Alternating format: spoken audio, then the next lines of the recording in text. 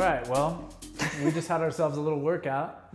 Taught me some things. I'm going to take that with the next few weeks and months, and maybe we'll revisit Milo or just this whole video or that whole video with sort of an update on that. But now we're going to just get to connect again and catch up, you know?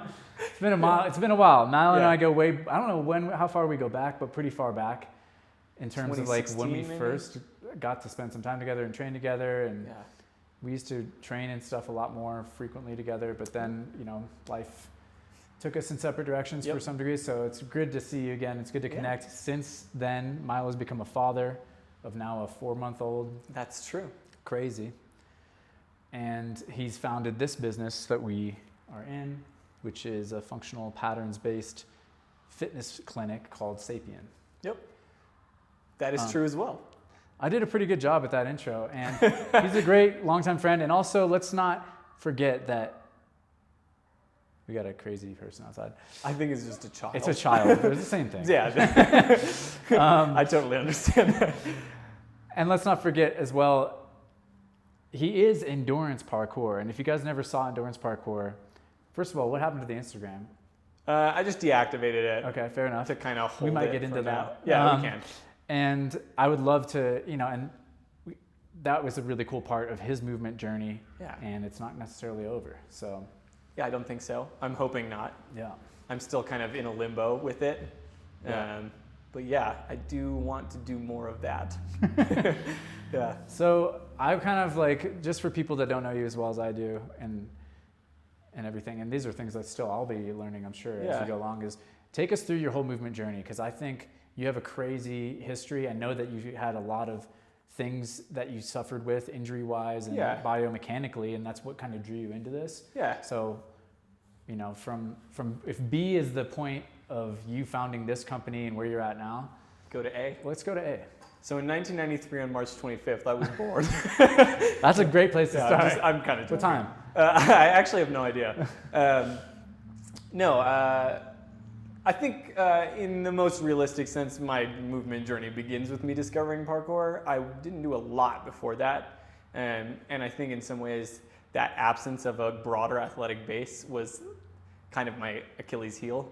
And I think it's a common thing in parkour because it kind of attracts like more, or it used to attract more introverted people who maybe didn't love team sports, and maybe people who were like into superheroes and read comic books and maybe hadn't done a lot of actual physical activity before.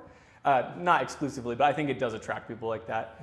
And I think, you know, sometimes those people overlook the jump from hanging out at home to an incredibly intense plyometric sport with high consequences. And that can be a little bit of a problem, maybe. So I started parkour when I was 14. I'm 30 now, and I'll be 31 in like a month. And pretty much self-taught, like learned in Central Park. There's like kind of iconic locations that maybe like really old school people will know. And I mean, I learned from other people. There's a guy named Ish who's like a New York like local who's still training and has been forever. The New York community has a crazy history. Yeah, it like does. A deep history, I should say. Yeah, I think I like, I'm kind of part of that, and so I never totally clocked it, but recently, I've been away from parkour for a while, and so when I look at it, I see it in a different way than I used to. I see it a little more as an outsider. And I think in America, some of the New York scene is kind of like the London scene was in England, and I kind of missed that when I was in it. Like I think some of those spots are kind of iconic. Totally. Like you know, I trained there every day for many years, and I can't remember any of their names. Battery Park. Yeah. Battery Park. It's sort of like an IMAX almost. Like I didn't get that other people kind of viewed it that way. And so, yeah, I think I kind of came up in the New York scene early on, and was guided by a lot of people. Ish is definitely a big influence. He's like someone who I spent a lot of time with training. But I also would train with Mike Arujo and all these other people that, you know, aren't around as much anymore. And Max was also a big part of my early experience, but he lived out in Long Island, so I didn't see him super often. But yeah, kind of learning from those people, learning by watching YouTube, as a lot of people did. and then I hurt my ankles a lot. Like right away. It started happening like almost right away. Like within the first 6 months, I'd probably already rolled my ankle at least once. Oh yeah. And I don't know which one. Like I have no idea at this point. That's good. Yeah. Like it happened so many times probably that I kind of lost track of it. And I just viewed it as kind of like a weakness of my body. I didn't think there was anything I could necessarily do about it. So it was just like I was being cautious, and I would train, and then I'd push, and then I'd kind of hurt my ankle again. And I was just kind of caught in a cycle doing that for a long time. But I think I reached a decent level of proficiency like around the age of 19. I was starting to get like pretty good. And that's when I really hurt my left ankle. I like broke it. And then I don't know how much of the problem was really that or the fact that I didn't get adequate medical care afterwards because America. So I assume you were off of insurance. Yeah. No, like many of us were, or maybe even if you had insurance. I had my parents' insurance, but I don't want to necessarily get into a ton about family dynamics. There's not a super great family dynamic going on, and it definitely did not play into this very well. But I didn't feel like I could, because it was going to cost money. It's not free. So I kind of tried to do what I could without doing that. But I needed to get an MRI right away. I don't think that our insurance would have covered that at all. So that would have been like $4,000 right out of the gate. And so I was kind of like, I can't do that. So I didn't do that, and it took about 4 years. Like I finished college, left New York, went out to Portland because my aunt lives out there, and she had a place I could live free of charge. Did you break your ankle doing anything like wild in particular? Nope. Or was it just? It's really lame actually. This story is important in the sense that I broke it because of my ego. So like I know that that's what drove it, and I have a bad relationship to training with other people, and like I did a lot of training alone when I was in New York because outside of my really tight friend group who I felt safe with, I do think again this kind of relates back to family dynamic stuff. There is like a strong urge to like prove myself to other people, even though they don't fucking care.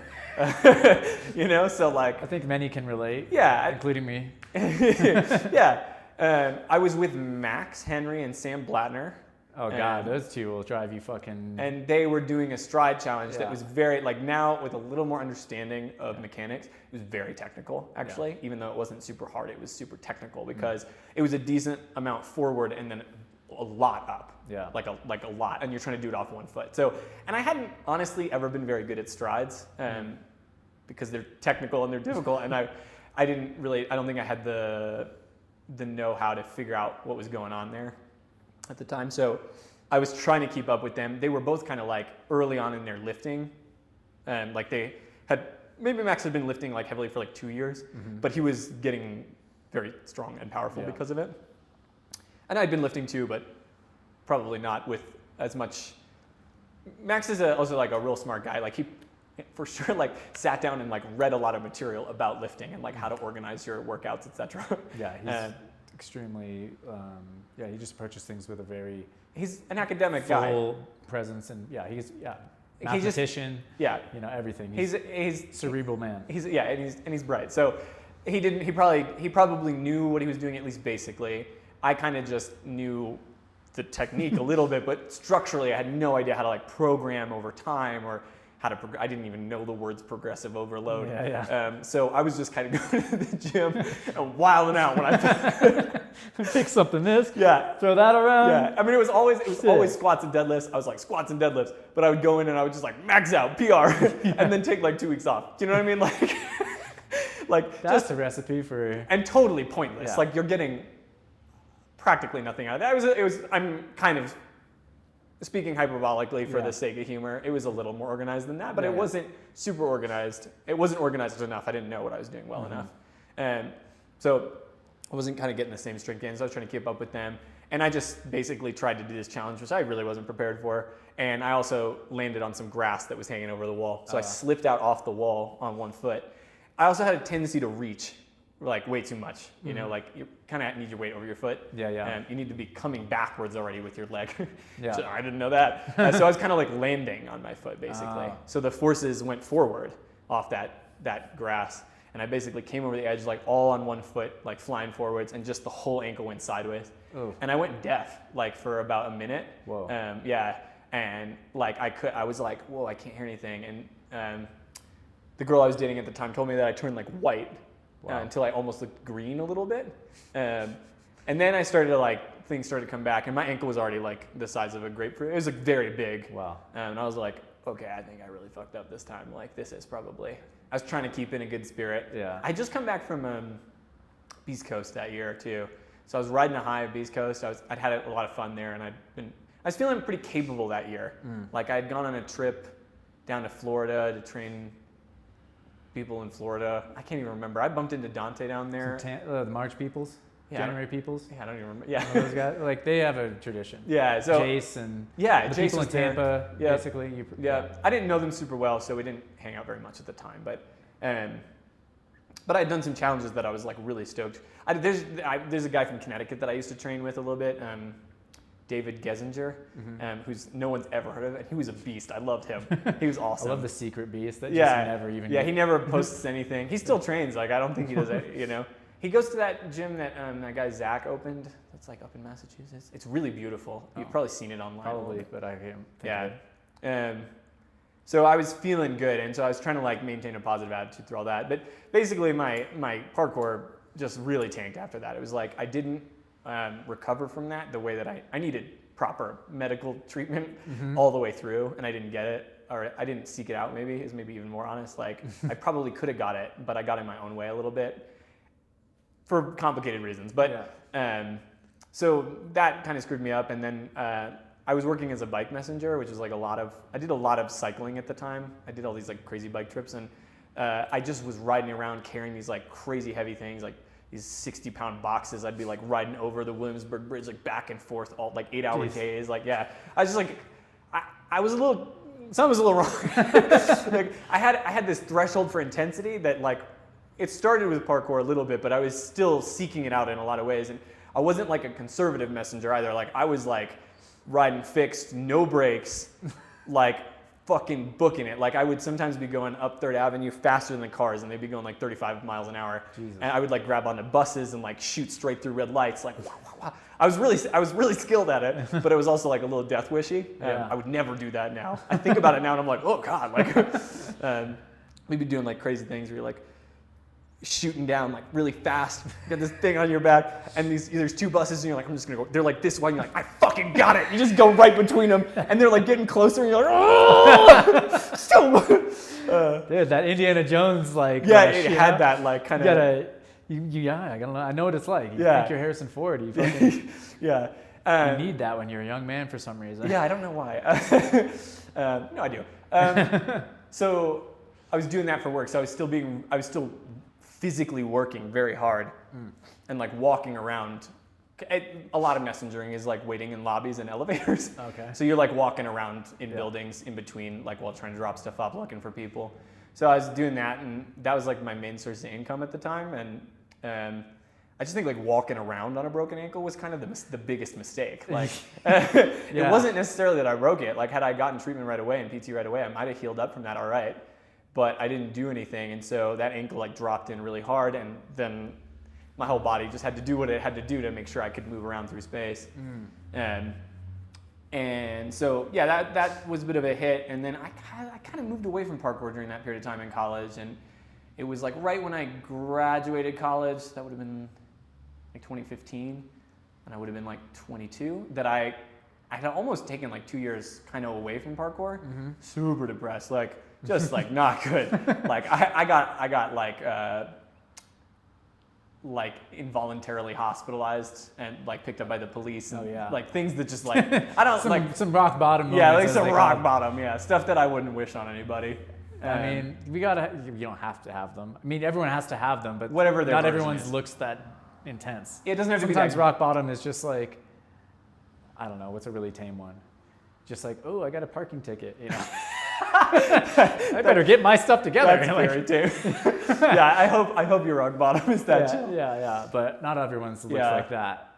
And so then when I went down What was it that was driving your depression, or is that jumping ahead too far in the story? That might be jumping ahead. I mean, ultimately, at the end of the day, like, my perspective now is that, like, being a living creature, everything is integrated, so you can't really specify one thing over the other. There were probably important factors that related to the injury in a way, but were not directly related. Like, the problem existed before the injury. The injury just made the problem even worse. Yeah. I mean, I can answer that question if you want me to. I'd love. We can get to it too, but I think it's probably something that's universal too. But yeah. Yeah. Because it's tricky being alive. Yeah. Let's just start. I'll try to get through the movement thing a little faster. Let's get the movement thing. Yeah. Sorry, bro. No. I want to hear all the stories. I also don't. I gotta be honest. Like, I don't think about my past very much anymore. So like, as we're doing this, I'm just like I'm having like old man story moment where like at each step I like take all these weird. I'm like, oh, there was a guy, David Gessinger, and his hair was black, and he loved idea and abilities. You ever listen to idea and abilities? Like, it's like really tangential. But basically, I moved out to Portland because I could stay somewhere and kind of get my bearings as an adult a little bit, which I didn't really have in New York. And when I went out there, I decided, I was like, I want to do parkour again. Like, that made me really happy. I kind of realized it on the road trip. I stole my dad's car. I road tripped out there with everything I owned in like 3 days. I drove across country. I cleaned my uncle and aunt's garage as a sign of good faith. I like cleaned the whole thing. And then I got back in the car and drove back in 4 days to get it back before my dad got back he was like in England because his parents are from England. So I was trying to do the whole thing so he wouldn't know. Did he know? Yeah, he did. It was really bad. I was going to say, these dads, they tend to know those things. They pick up on it when their car is driven across country. He was like, wait a minute, why are there 80,000 more miles? Yeah, you'll pick up on that. Yeah, so, but on that journey, I kind of had this realization. I was like, parkour is a big part of my childhood. It's a big part of my coming of age, and I miss it, and it was really important to me, and I want to get it back in my life. And so when I moved out to Portland, I ended up taking a plane after my friend I was working on this movie, and he bought me a plane ticket to get back. So nice. I got there, and I was like, all right, new life, new chapter, letting all that, whatever bad stuff happened to me, I'm going to let that go. I'm going to move on. And so I started training again, and I got like a little job at a movie theater, and I was like living a really low-key life. And how was your ankle doing then? Because I kind of cut you off, but you were saying how it was bad that you walked around on it mostly. Yeah, it was bad. But ultimately, like, you were able to get back into parkour. So yeah, and that was kind of the thing. It's like I didn't really feel like I was able to, but I had like trained like 2 times right before I came back, or I came to Portland. Once at like a gym in New York, and once like kind of out in some rock climbing area, and I like jumped around a little bit, and I had just kind of remembered like, this is like part of who you are. Like, don't, like I need this. It's important to me. So things felt bad, wonky. But I was kind of determined, and so what I did is I got this job at the movie theater, and I was living rent-free, and I applied for food stamps to cover food. So all the money that came from the movie theater job, I used to go to PT. So I found a physical therapist there, and I went there, and this is total side, and I don't know if this is related to me, but I connected a lot with that physical therapist, and she had a son, and she named her son Milo. So I have no idea if that has anything to do with me, but it was kind of cool. Like, we worked together a lot. I went probably once a week. She gave me stuff, and I would do it just like all day. Like, I would just go home, I would put on The Office, get stoned, and just like do my PT for like hours. Do you know? So I was just like determined. I was like, if like these people are professionals, like they go to college, like they know what they're doing. If I just do exactly what she says and I do it like hard, like this will help. And it did. Like, like I put in a lot of time like that, and I started doing more parkour, and things were feeling better. And by the time I got the job in Colorado, which has brought me out to Colorado, I was like starting to feel like, hey, I can jump and I can land, and like things are working pretty good. Like, I remember the session right before I left, I did this like downward rail pre over water. There was like a good amount of impact that I was like, yeah, like that's like a sign my ankle's like holding up better. Nice. And so then I came out to Colorado for a job, and Nick Ortiz was out here, and he was living with you and Knox. And that's kind of how I met you. Yeah. I remember that. I remember showing up, and both you and Knox were like, who the fuck is this guy? And then the next time I saw you guys, I came out once before because I was working on a film about Dylan. That was the first time I met you. Oh, yeah, that must have been. For Move Mag. that never turned into anything, like a lot of Move Mag. Yeah, to be fair, like a lot of parkour media in general, or anything at all. Yeah. Actually, Move Mag did produce a lot of stuff. Like they made a magazine. It was beautiful. Like it's still going. Yeah, it is still going. Yeah, and Tristan runs that now, which is really cool. So, but yeah, that was the first time I met you. And I remember you were like a tad peeved because you were like, I'm also a G. Why is no one making a documentary about me?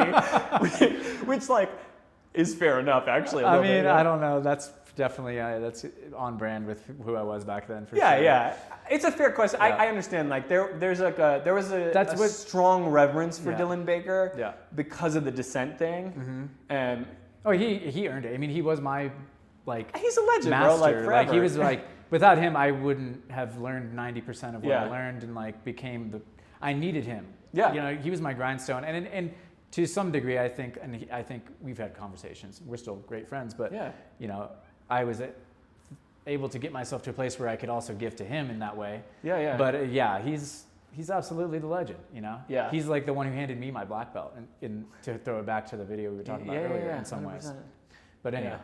No, Dylan Baker is like a major inspiration. Some of that back then though was a lot of just like it was healthy competition, and then there was a little bit of the shadow like aspect of just like I totally get it. Where's my fucking documentary? Yeah. You guys were kind of like a dynamic duo for a little while there too. So it probably was feeling like you were at that stage where it was a little more like Dylan. It was like Merm, like it was the three of you. Yeah. You know, and so the idea that one of you gets singled out for something didn't probably feel super nice. Like no, I mean I didn't feel it never nice. Turned into anything. So what difference? Exactly. It's just like I get that. Though. It's just immature. It's young men shit. Yeah, that's what it is. Young men shit, dude. 100%. But yeah, and so then when I came to Colorado, that was when I was training with Nick a lot because Nick is an old friend from New York. I've known him a long time. I remember the first time I met Nick, he side flipped like down like a double flight of stairs, like over it was like 13 feet away and down a flight of stairs to grass. It was the first thing I ever saw him do. And I literally was like, what's fucking wrong with this guy?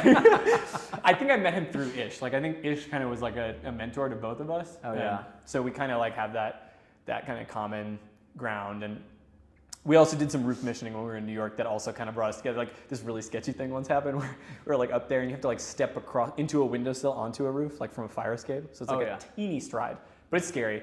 And he did it going there, but he was struggling coming back. He was like scared. And he stepped kind of into the window and he was like on both. And then the curtain of the window opens and there's someone there and he's just like, oh shit. He just jumps across. Oh my God, so many good times. Yeah, Nick's another character that was and is like Dylan, just somebody who you can sharpen your sword against. Yeah. Like a really good training partner who pushes you. Yeah. And there was like makes you feel like jealous. Underlying competition with him, but always mostly, I'm gonna say not always, mostly like still like generally positive and supportive. Like everybody it's just part of that. We're all navigating that path. Like we're building each other up and we're trying to figure out how to not like do it in a weird, shitty way where we're like making, it's just a hard thing. And it's been a huge theme. Everyone I've talked to on this show, except for Max Henry. I'm just kidding. Even he is not immune to this type of dynamics. And I think of all the people I know who do parkour, he has like one of the healthier backgrounds, like socially, and like still it's like complicated. Yeah. I mean, I like the way you're saying it's young men shit. It is like parkour, obviously it's becoming a more diverse group of people doing it, but there's still like this underlying thing. It's very majorly dominated by young men, and it has like a very young male energy, this kind of like testosterone fueled competitive one-upsmanship. And you want to feel like you're trying to find yourself. You're trying to like, who am I? And if you're good at parkour, or if you feel like you're good at parkour, that can be like your identity that you cling on to. You're like, well, this is who I am.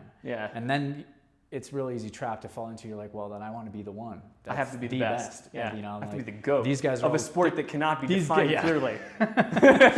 And now, like, it's hard not to look at my friends even as like, are they going to come from my?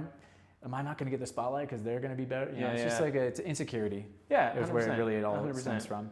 Yeah, and especially when they're all just these athletic, crazy, like talented men. It's like, like easy to feel everybody's insecure. actually really good. Yeah. It's like, So- what's going on there? Exactly. You know, and you can see your own deficits so much clearer than you can see anybody else's.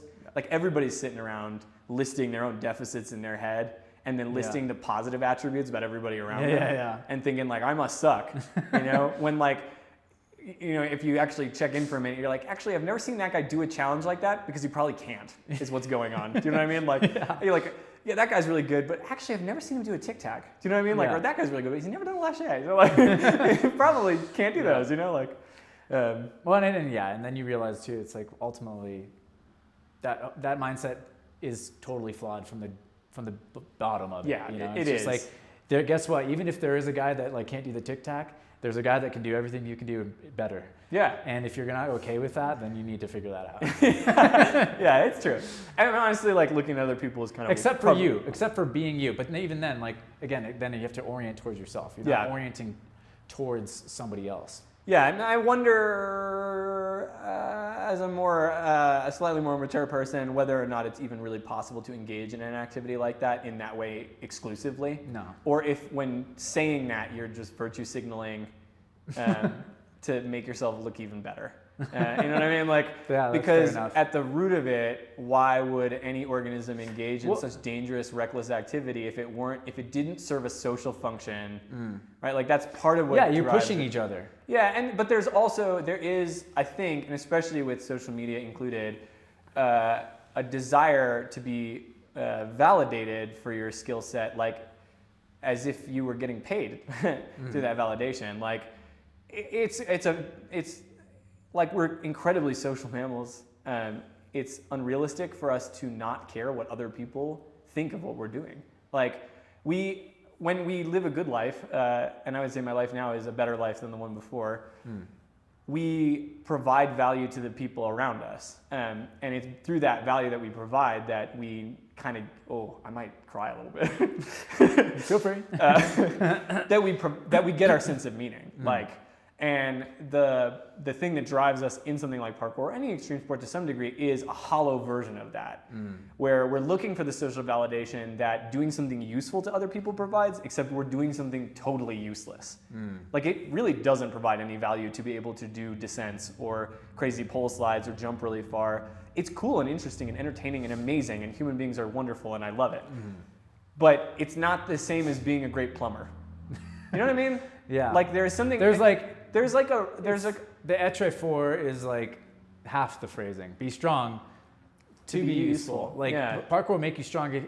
The inherent value that you're saying, like it's not manifest in the movement. Yeah. It's manifest in what you should be learning by doing it. Yeah. And that you could apply it to some things. Yeah. And it can inspire. I think there's some value in just inspiring people and blah, blah, blah. Yeah. But like you're saying, there's not real utility really in and I think the jumps themselves. I think like being happy, being fulfilled, like you don't need as much as you think if you're genuinely doing something that people need. And like those things can be less interesting than you wouldn't post about them on social media.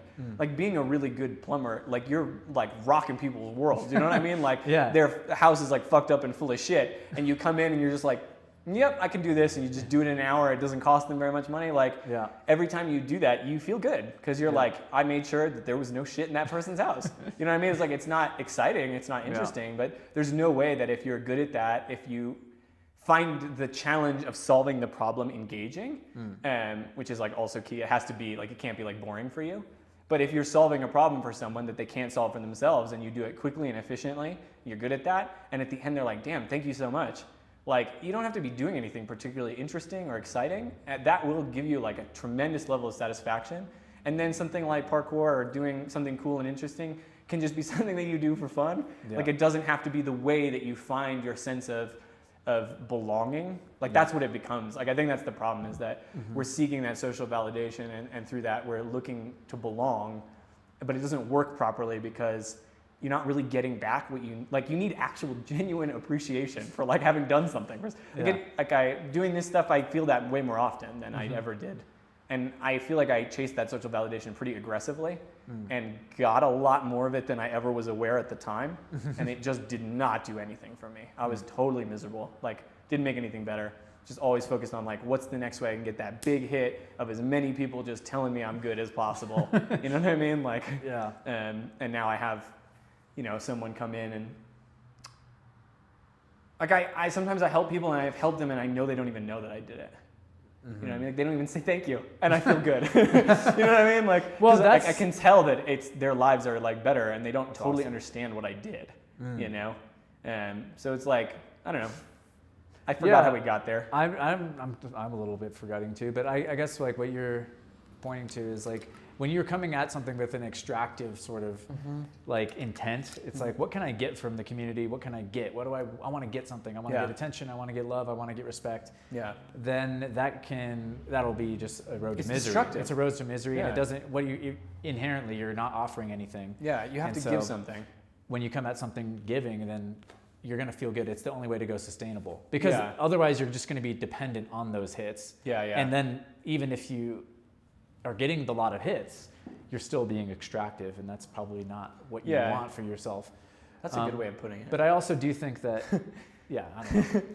There's like there's like people, I think the people that do have long careers as like celebrities in anything, including parkour, they are coming at it from that approach. And like, they might also get a lot of praise, but it's not like what they're there for. No, I agree. And I think that probably has to do with like your ability to do that in a healthy way. Yeah. Is probably dependent on a complex set of psychosocial factors that are really hard to identify, right? So like, say you had like a narcissistic mother, right? You might forever be chasing approval from someone who didn't really care about you that much. Yeah. And doing it through other people means that you can never get it. Do you know what I mean? So it's like, if that's like the underlying structure of what's happening, like, I'm just using like a relatively personal example, and that's like a probably, like, just in case my mom does hear this, it's a pretty extreme way of putting it, but I would say that that like kind of as a really simplistic, like armchair psychologist way of describing it is like decently accurate, right? Yeah, absolutely. And then what you're, sorry. No, it's fine. Like I just think like if your relationship to your parents has a lot to do with kind of how you perceive social interaction forever. Like the relationship between each other is the first one you ever witness. It depends, right? Obviously. It's the only one you get a close-up view at for many years. Some people don't have parents, right? Like some people grow up with their grandparent, right? Yeah. But your immediate surroundings, and for the vast majority of people, it is two parents. Those are the first interactions you watch. That's the first sort of social dynamic you watch play out. And it structures how you perceive other social interactions kind of forever a little bit. Yeah. You know, obviously if you have a broader social circle, this is probably why it's important to live in a community. You get more information and you end up less fucked up. You know what I mean? Like, instead of being like trapped in a small apartment with two people who are out of their minds. You know what I mean? Like that's not good for you, right? You're like standing there and you're like, these people throwing things at each other, that's normal. That's totally normal. And when I get frustrated as an adult, I will also throw things at people, 100%. Well, is that why you were getting somewhat like teared up? Is it because I can only imagine you were thinking about what you probably are doing for your daughter now, is that what brought that to your mind? In terms of the value that you provide? Because I think what I respect so much about what you're doing now here, but also in that realm as a father now, is like, we talk about providing value. It's like if you are able to take whatever lessons you are, kind of stuck with, but then transmute that into like offering a life for your daughter that now she doesn't have to be around people that are throwing stuff at each other. Oh yeah, 100%. Then that's the jumping off point that like really like, I don't know, that's like a gift to humanity. I don't know, whatever. Again, I don't want to jerk like the virtue off or whatever like you're saying, but it's just like, that's, you're good. Like, when you're talking about utility again, it's like, that's plumbing even to the next level because it's infinite potential in this human being now. Yeah. I said I went on a little trip with a friend of mine from here. We went out to the mountains and we did a bunch of mushrooms. It was like my last little getaway from my wife and the house and the business. Like before, You're like, this is gonna be it for a while. In the trenches for a minute, and pregnancy is hard. Obviously, it's much harder for my wife than it was for me, but it was also hard for me. Like it's a hard time. So I was like, I'm gonna just take a breather, like remember who I am a little bit before I like jump into this new role. And I remember saying to him that like one of the reasons, like I might cry for this too, but one of the reasons that I thought I think I don't know. Our generation has a much more cynical perspective of child rearing than probably any generation before. Obviously, shit is fucked up and there's too many people here. You know what I mean? So like having a child, there is obviously a selfish element to it. I like myself. I like you. We should create a new person so that our genes get to perpetuate into the future because we're good enough for that. You know what I mean? Yeah. But also, everything we're doing doesn't make any sense if nobody has any children. We might as well just stop. Yeah. Right? Like we might as well all just go hang out in the park for the rest of our lives until we're dead. Because like why run any businesses? Why build any roads? Like why do anything? Right? Like we're building it for the people who come after we're dead. And so like I think there's this I've always felt this like I've always been stressed out about like capitalism and global warming. Like these things kind of are strong stressors for me. I'm like, oh no, like things are bad and we got to figure it out. Like right now, like we got. That's what you were trying to like get away from on your bike in New York, going through the buses, probably just like. Yeah, I was like, oh, die! I don't have to solve that problem. But I guess like a more mature perspective is okay. First of all, the problem's playing out over a relatively long period of time. It's not as like immediate as I think I was turning it into in my head. And B, problems of that scale, they don't get solved by individuals. They get solved generationally. What you do is you raise a generation with a separate set of values so they have a different culture, so they approach the problem differently. And if they can't get it done, they'll raise a generation with different values. And eventually the culture that's bred out of that is one that can solve that problem. Yeah. So like the job as a parent to some degree is to raise a member of the culture you think the world needs to have. You know, like, and obviously there's a bunch of people out here raising kids for a culture that I don't agree with, you know, but you can think of it as like a giant computation, I guess, right? Like may the best culture win, right? Like, at the end of the day, right? Like the only thing I can do is raise her. I can't raise anybody else's children, you know, and I can't tell anybody else how to raise their children. Like that's insane. Yeah. I would react very poorly if someone told me what to do.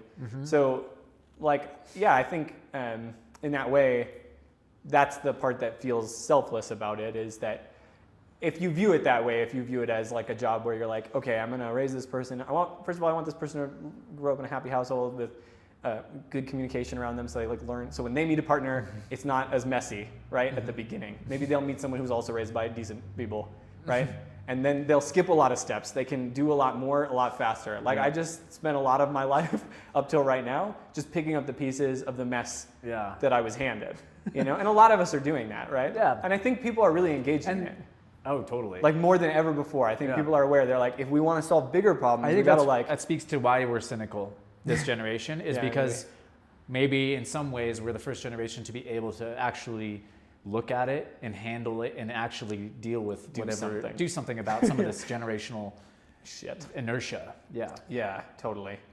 Yeah. So, but also maybe we're just the first to talk about it. But every generation's done it. But this is just what it looks like now. Is it looks more out in the open. I mean, I think you're probably right though. There's doing this. One thing that you learn a little bit about is the field of study called general semantics, which is how brains make meaning out of how sensory information is turned into language and then turned into higher order abstractions. Like the concept of freedom, for example, you have no actual physical sensory experience that you can use to define that. You probably have a set in your mind that you use, right? Like I say freedom, and like the first thing I feel is claustrophobia because I have claustrophobia. So to me, freedom feels like the opposite of claustrophobia, and that's how my brain makes that word have any sense at all. I see. There's also a bunch of other things, but we have language to talk about this stuff maybe for the first time too. Like the field of psychology didn't really exist 100 years ago in the way that it does, and it has evolved a lot under the guidance of the CIA. It's true. They did put a bunch of money into pushing toward behavioral cognitive therapy over other methods. So like Jungian things about collective consciousness, they never got explored as deeply as forms that focus on individuals and individual behavior, because that meshes much better with the culture at large. So there probably are things that we could do better there, but we have language to talk about trauma, generational trauma, the way the behaviors of our parents shaped us.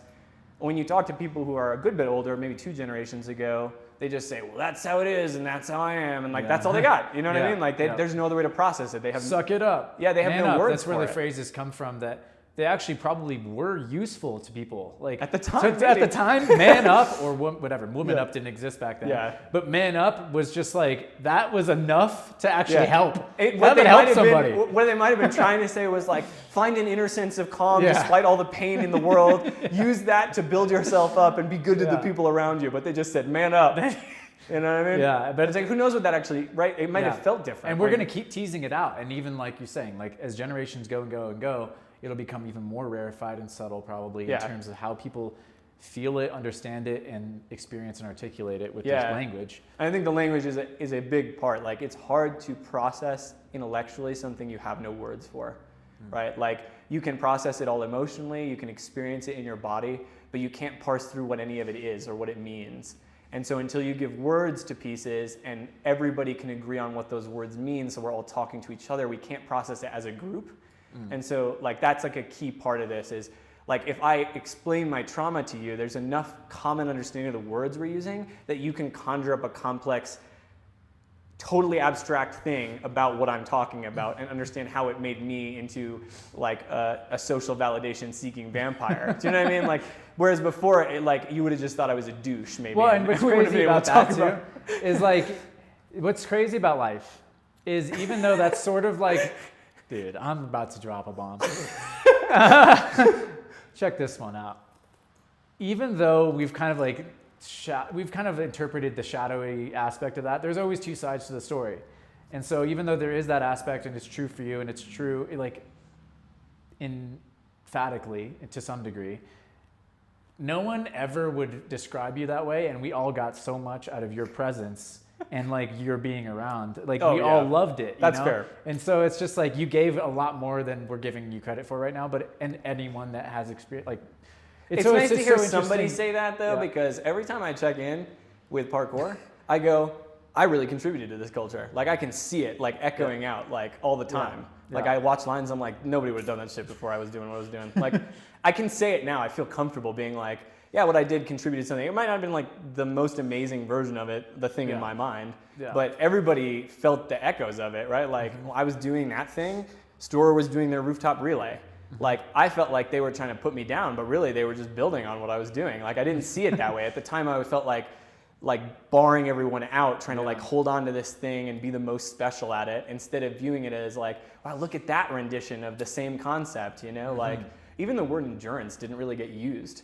Like nobody said that word before. Like there's no reason we couldn't call it stamina parkour, right? Like how much stamina do you have? Like, but like the word endurance gets used all the time now. Like people are like, oh man, that line, that's a really endurance-y line. Like it's got a lot of, you know? So it's like, I can see that I made a contribution there, and it's really cool to watch. I wish I saw more people doing like slightly longer stuff. That's like, I wish people would really try to execute that really long one, like that vision, really well, because there are people who could do it much better than I could. You know what I mean? Like, I know they could. That's the sad thing is when it finally does take off, it'll be like, oh, like you might have to do it. You still might be the dude that has to get us across the goal line and do the one that you're talking about. And then, like, all of a sudden, someone will come along and do it 3 times as good. Just blow it out of the water. And I'll be like, there it is. Thank you so much. I knew somebody could do it. Yeah. People are crazy that way. But anyway. That was the segue toward endurance parkour. Yeah, let's go to that. So, yeah, you're back in Colorado. You're training. And then how did endurance parkour Look start? at that natural segue back into the original story. Woo! How did we do that? We're just pros. So I went training with Nick on like President's Day or something. I had the day off work. Wow, we went training. I don't even remember. And it was like something like that though. It was like some holiday that I don't really care about. Could have been Memorial Day, maybe Labor Day. I care a little more about Memorial Day. Okay. Yeah. But we were training in this area in Denver, right near the big hospital building. There's like the river runs there, and then there's that building with the weird circular window things and the like little levels of step that go up. Probably it's Denver Health. Yeah, I think it is. It's like near Spear Boulevard and I think so. 6th Avenue. Yeah, and in that spot. Where Cherry Creek goes through. Yeah. Yes, yeah. And we were... Yeah, it's the Anthem Blue Cross and Blue Shield building. Yes, the that big blue building. one. Yeah. And so we were training there, and we were walking basically down the road training at spots as we went. And I kept thinking, wow, that spot was really close to that one. Oh. That one's really close to that one. Like, these are all like so close to each other. And at the beginning, there was this really cool, like, maybe you can put the clip in there, it's really cool. I did like, I don't remember exactly what it was. Like a pop up onto like an electrical box, and then you like jump off of it and like basically tack off like a pipe that's in the wall up to a railing and like reverse fall over. It was like kind of flowy. Actually, probably kind of inspired by you, to be honest. Oh, actually. really? By me? Yeah, probably. Why, Yeah. why me? I don't know. I kind of remember you doing like. I'll take it. Yeah, there was a lot of like nice, really technically footworky stuff, but in really cool spots. Like you weren't doing like you and the Merm guys always found like part of what me and Nick kind of basically moved out there to train with you guys. Like that's basically what happened. Like we saw you guys, we were like, that's the pinnacle of parkour in the United States. We got to go wherever those guys are, so we can like train with them and learn from them.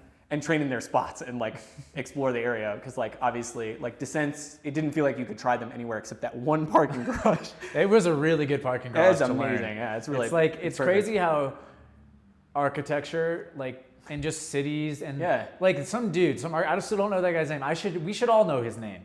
Whoever designed that building. Yeah. And like, you know, this stuff, it's like it's another character in the whole story of parkour. It's like.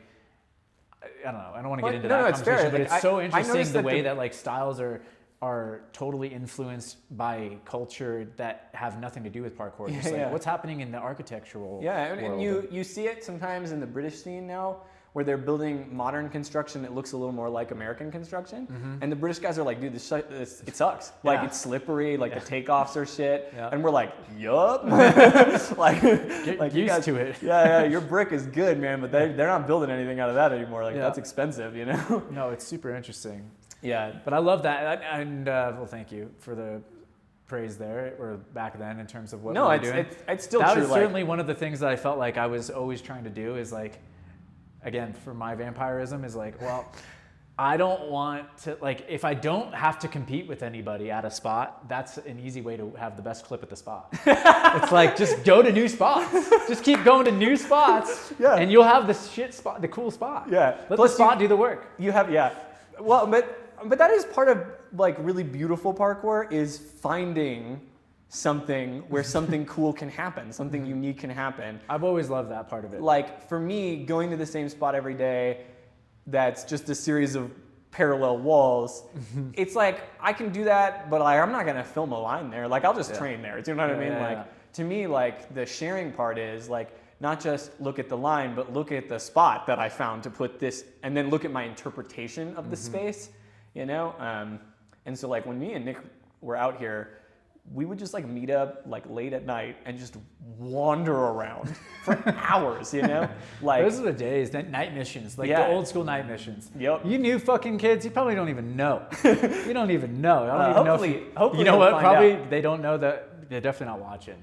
This is an old school kind of vibe. Yeah, there's like audience. 5 people there's watching 5 this. audience it's like members. Renee and Callum. And if you actually are watching this and there's a way to comment on it, do. There is. Yeah. So like, so I just kind of like popped into my head. And it was funny because that day of training, when I saw those spots together, was the day my ankle gave out.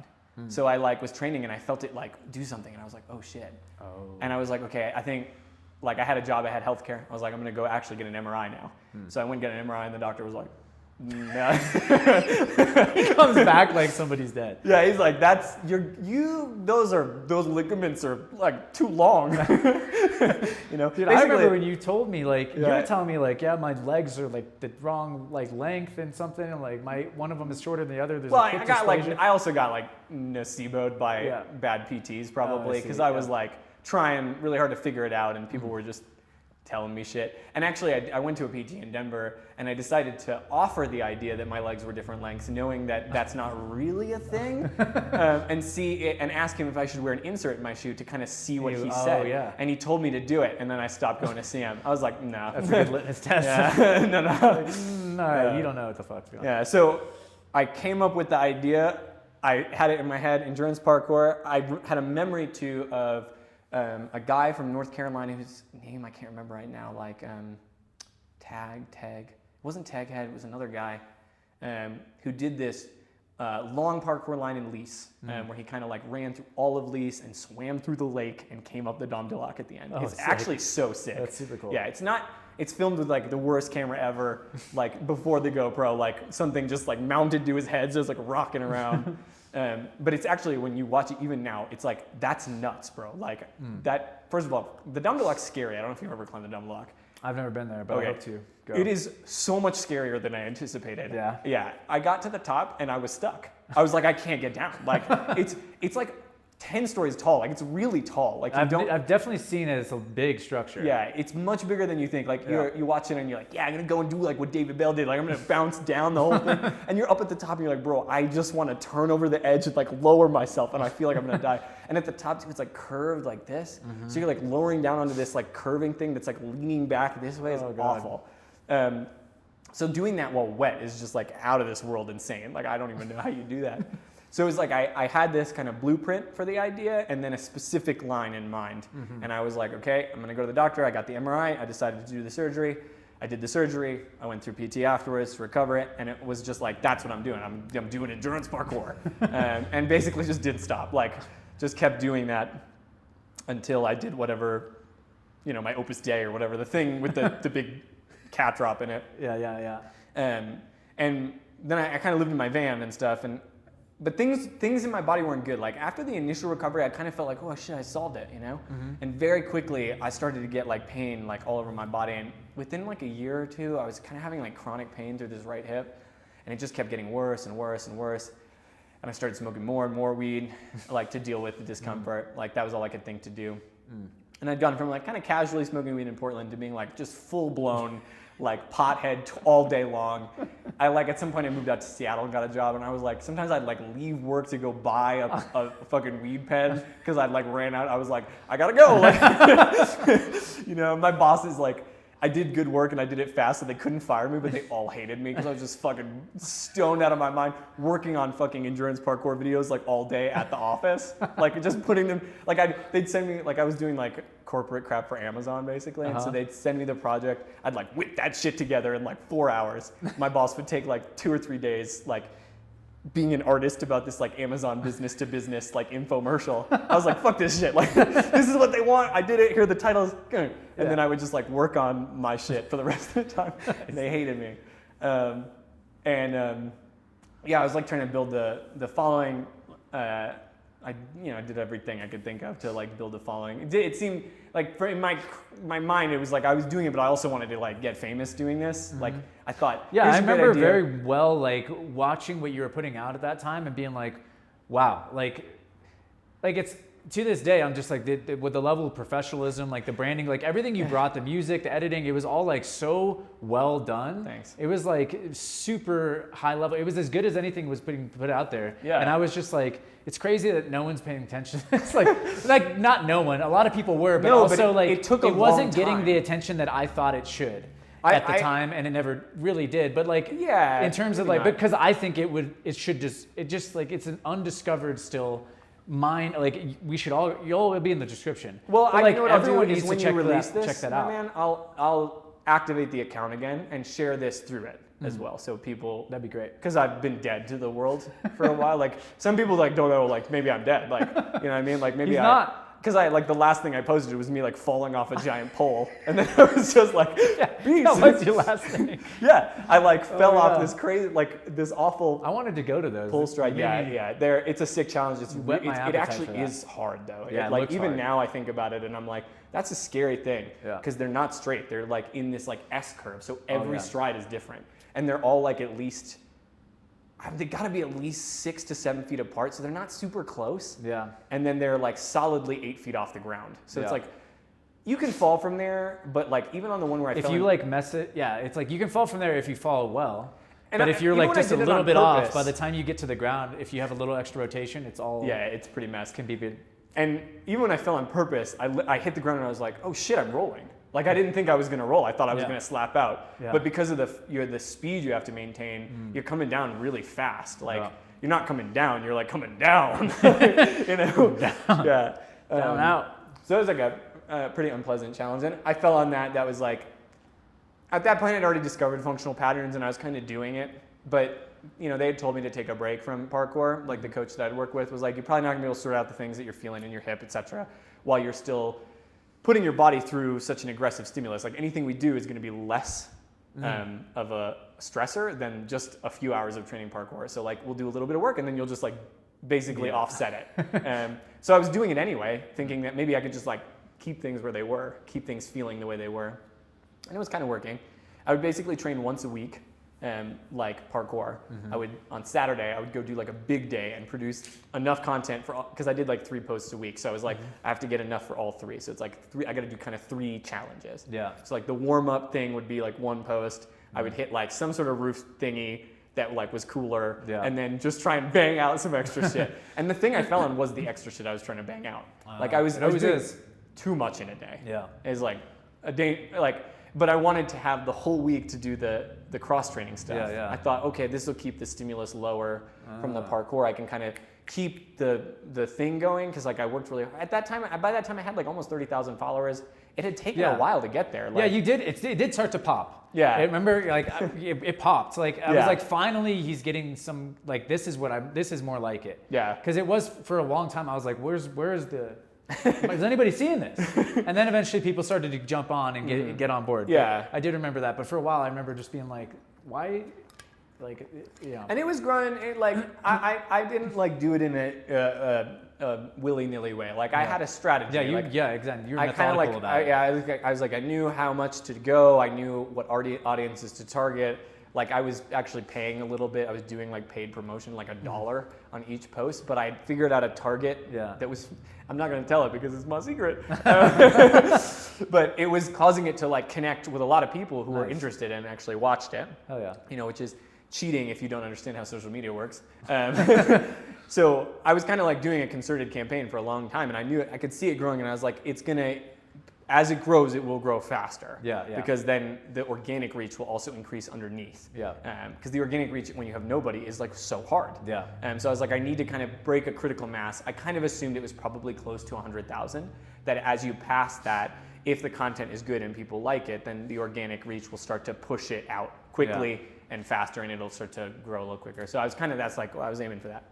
And so I thought, well, I have to maintain my body in order to do that. Like, it's a very I was so focused on the goal, I'd stopped thinking about myself properly. Yeah. You know what I mean? It's like, I hurt every day, dude. Like, why are you doing this? You could just go you have a degree, like go get a job. Do you know what I mean? Like, just stop. Like, you know what I mean? What was it? Was it just like? It was, I think largely my desire, there was a social validation I was seeking, and it kind of from specific people who I felt like I wasn't getting it from.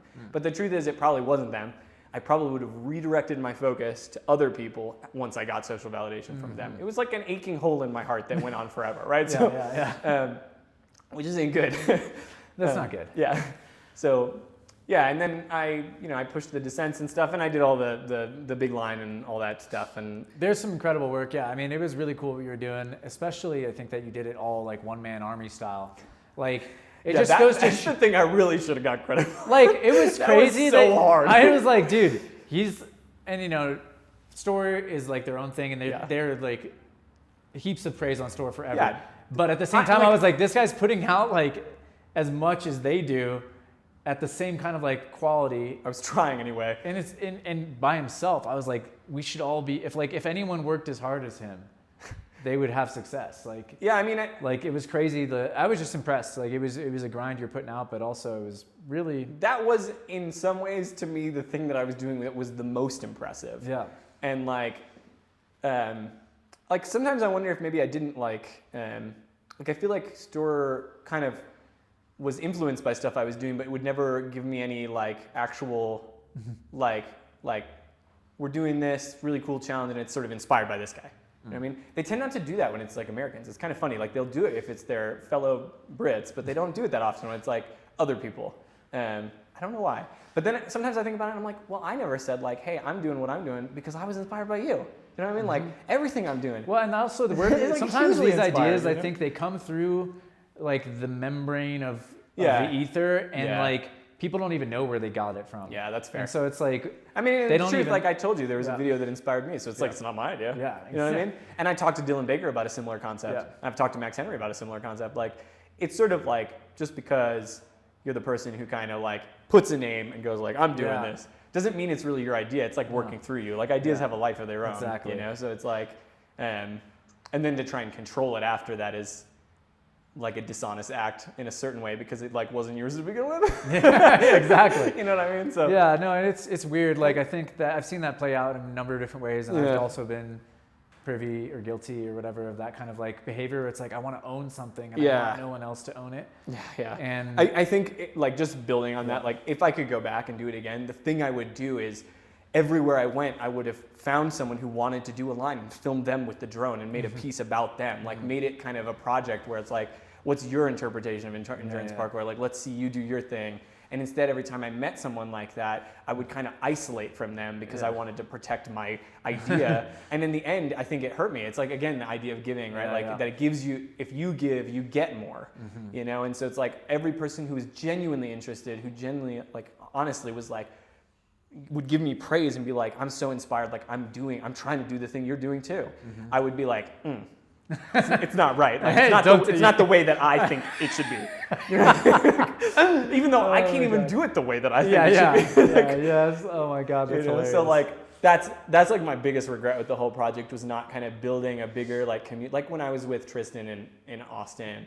Tristan's a beast and like no one's heard of him and like he had all these things that he was doing that were so sick and I filmed like a couple things of him, but there was this one thing we went out to this like he has this like there's this park there and he's like a local like he it's like and he'll never leave. He's like ride or die Austin, you know? So like we went out to I can't remember the name of the park and it's basically like totally wild. So like there's this stream and it's very low water so there's all these round rocks.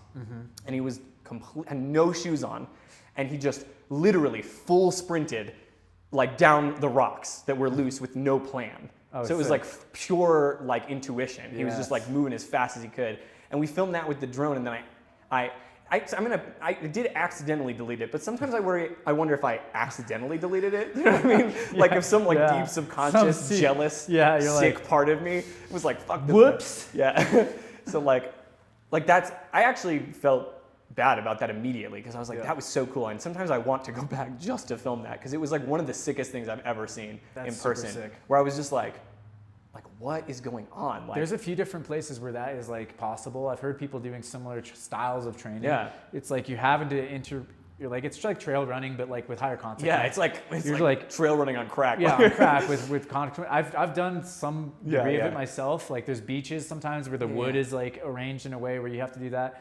And then I've in a river once tried it too, where there was the rocks, the water was at the right level, so everything's dry and exposed. But then I ate shit, and it wasn't dry as I thought it was. Yeah, it was. But I can imagine now. There's a place called Round Rock, in Texas, near Austin. Is that what it is? Yeah, that's not what it is. It's literally like in the city almost. Wow. Okay. It like runs through. So there's like that. Have you ever been to Austin? Once. Okay, so this is a big like pool thing, Barton Springs, which is like at the base of this big park that kind of goes in a line like that. So if you go out quite far, it feels like you're probably not really like in a truly wild area, but it's totally like it's fairly unmanaged and like let to do its thing.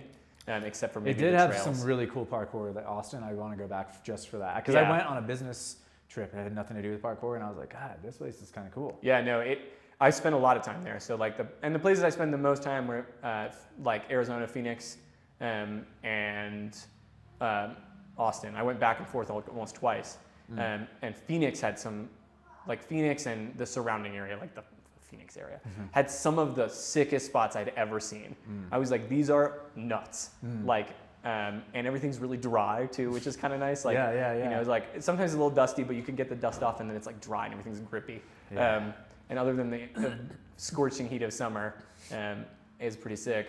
And then Austin also, and like what I did when I was traveling and in the places I would do is I had this Google Maps where I would draw the lines that I was gonna do. Like I would scout the whole thing. So I have like probably 100 planned endurance parkour routes that I have not done. Wow. Like, so maybe I should make it public and just see what people do. See what people do. Still a part of me is like, no. I know, right? Yeah, I could be the same. I mean, it's I mean, I want to take a shot at it. I want to take a shot at it. I mean, I remember you were like some of the spots you were finding. I was thinking the same thing. Like the pools we just talked about. I was like, whoa, I want to go there. Yeah, I want to try this. I think you would crush that actually.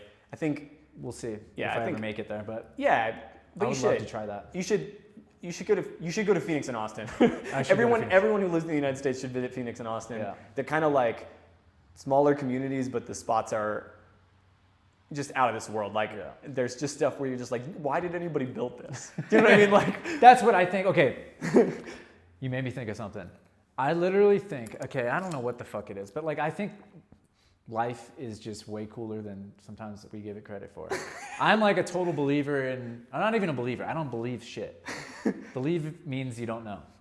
But I know that, actually I don't know. So here's what I like. I like this idea that, you know, like when Hamburg, or was it Hamburg, where they're doing the store water challenges at height, that city, like this architecture, it was, like some of it is intended for parkour. Yeah, it feels like by the universe, not by like. Yeah, it does feel like that. You know what I mean? I'm just like, there's no one reason to build this shit the way it's built. Yeah. Unless it's for like people to fucking do their thing on. No, 100%. And I don't know.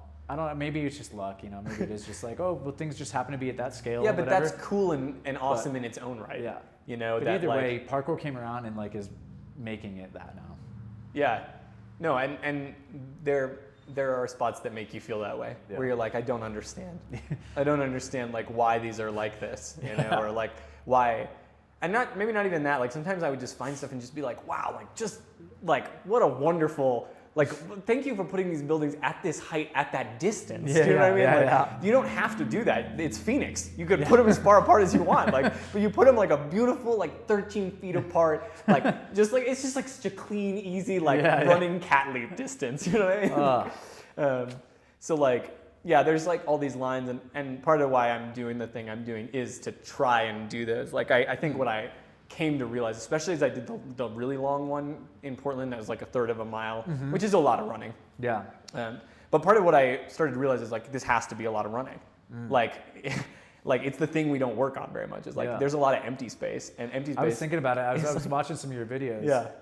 And I'm like, even an ultra marathon is technically endurance parkour. Yeah, it is just like through emptiness. Yeah. It's just the part that you're talking about. Yeah. But it's an important part. Yeah, and I think you can do, one of the things I liked was because they were so long, it kind of became a little more like a climbing route or something where you'd be like, okay, so like I have this like descending part at the beginning, which is sort of like an easy crux, and like I have a lot of energy, so it feels safe and achievable. And then I have a stretch of running. And that's like not technically hard, but it's going to be exhausting. So now my tank's going to be kind of low for like the plyos that are here.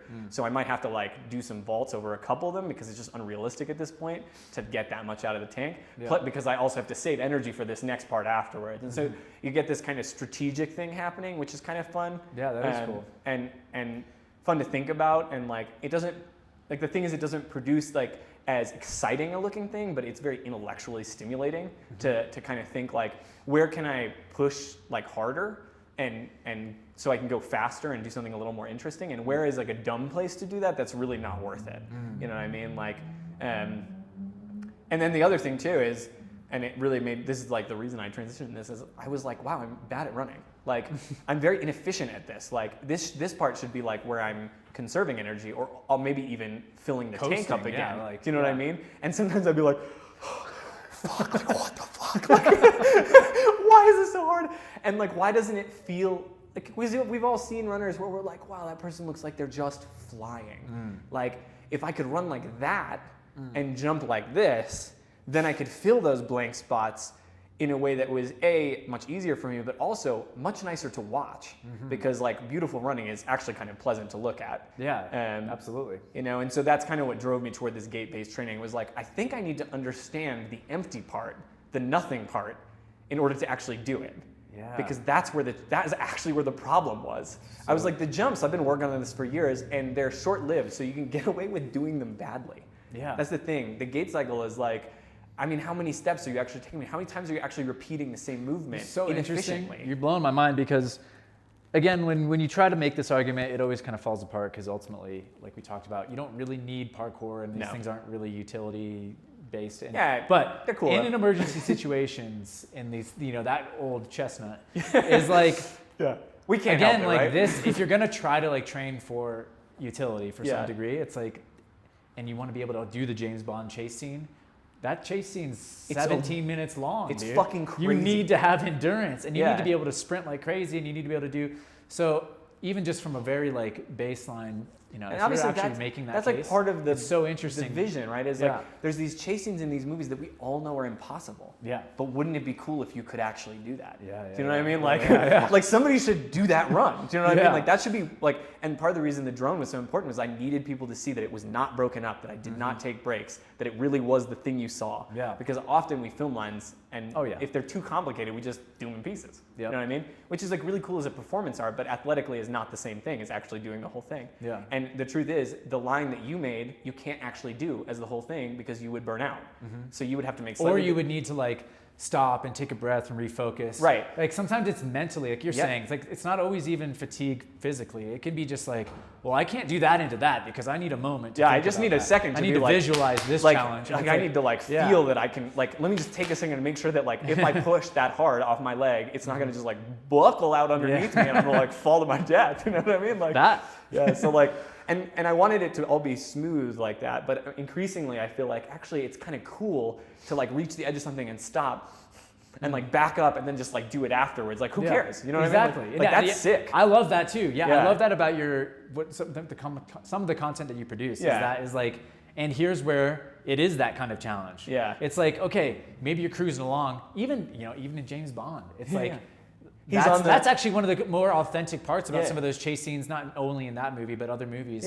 Is like sometimes they're like at the edge, like fuck, you know, like, but then they'll do it. You know, it's like, but that's like what you actually would need in a situation like that. I love that. And like, is it like you can still do it for time, and like just because you had to do that doesn't mean it could be done faster. It might not be able to be done faster. You might need to stop, right? Like, you might. Obviously, you want there's certain challenges to keep a certain kind of pace for it to have the quality that I was describing or thinking of. When Alex Honnold free solos El Cap, or other big walls, it's like he takes certain spots to just totally rest and like I'm gonna get my arm strength 100% back because it's the only way to do this whole climb. Yeah, or I'll die. You know, or like the mistake's not worth the 15 to 20 extra seconds that I shave off.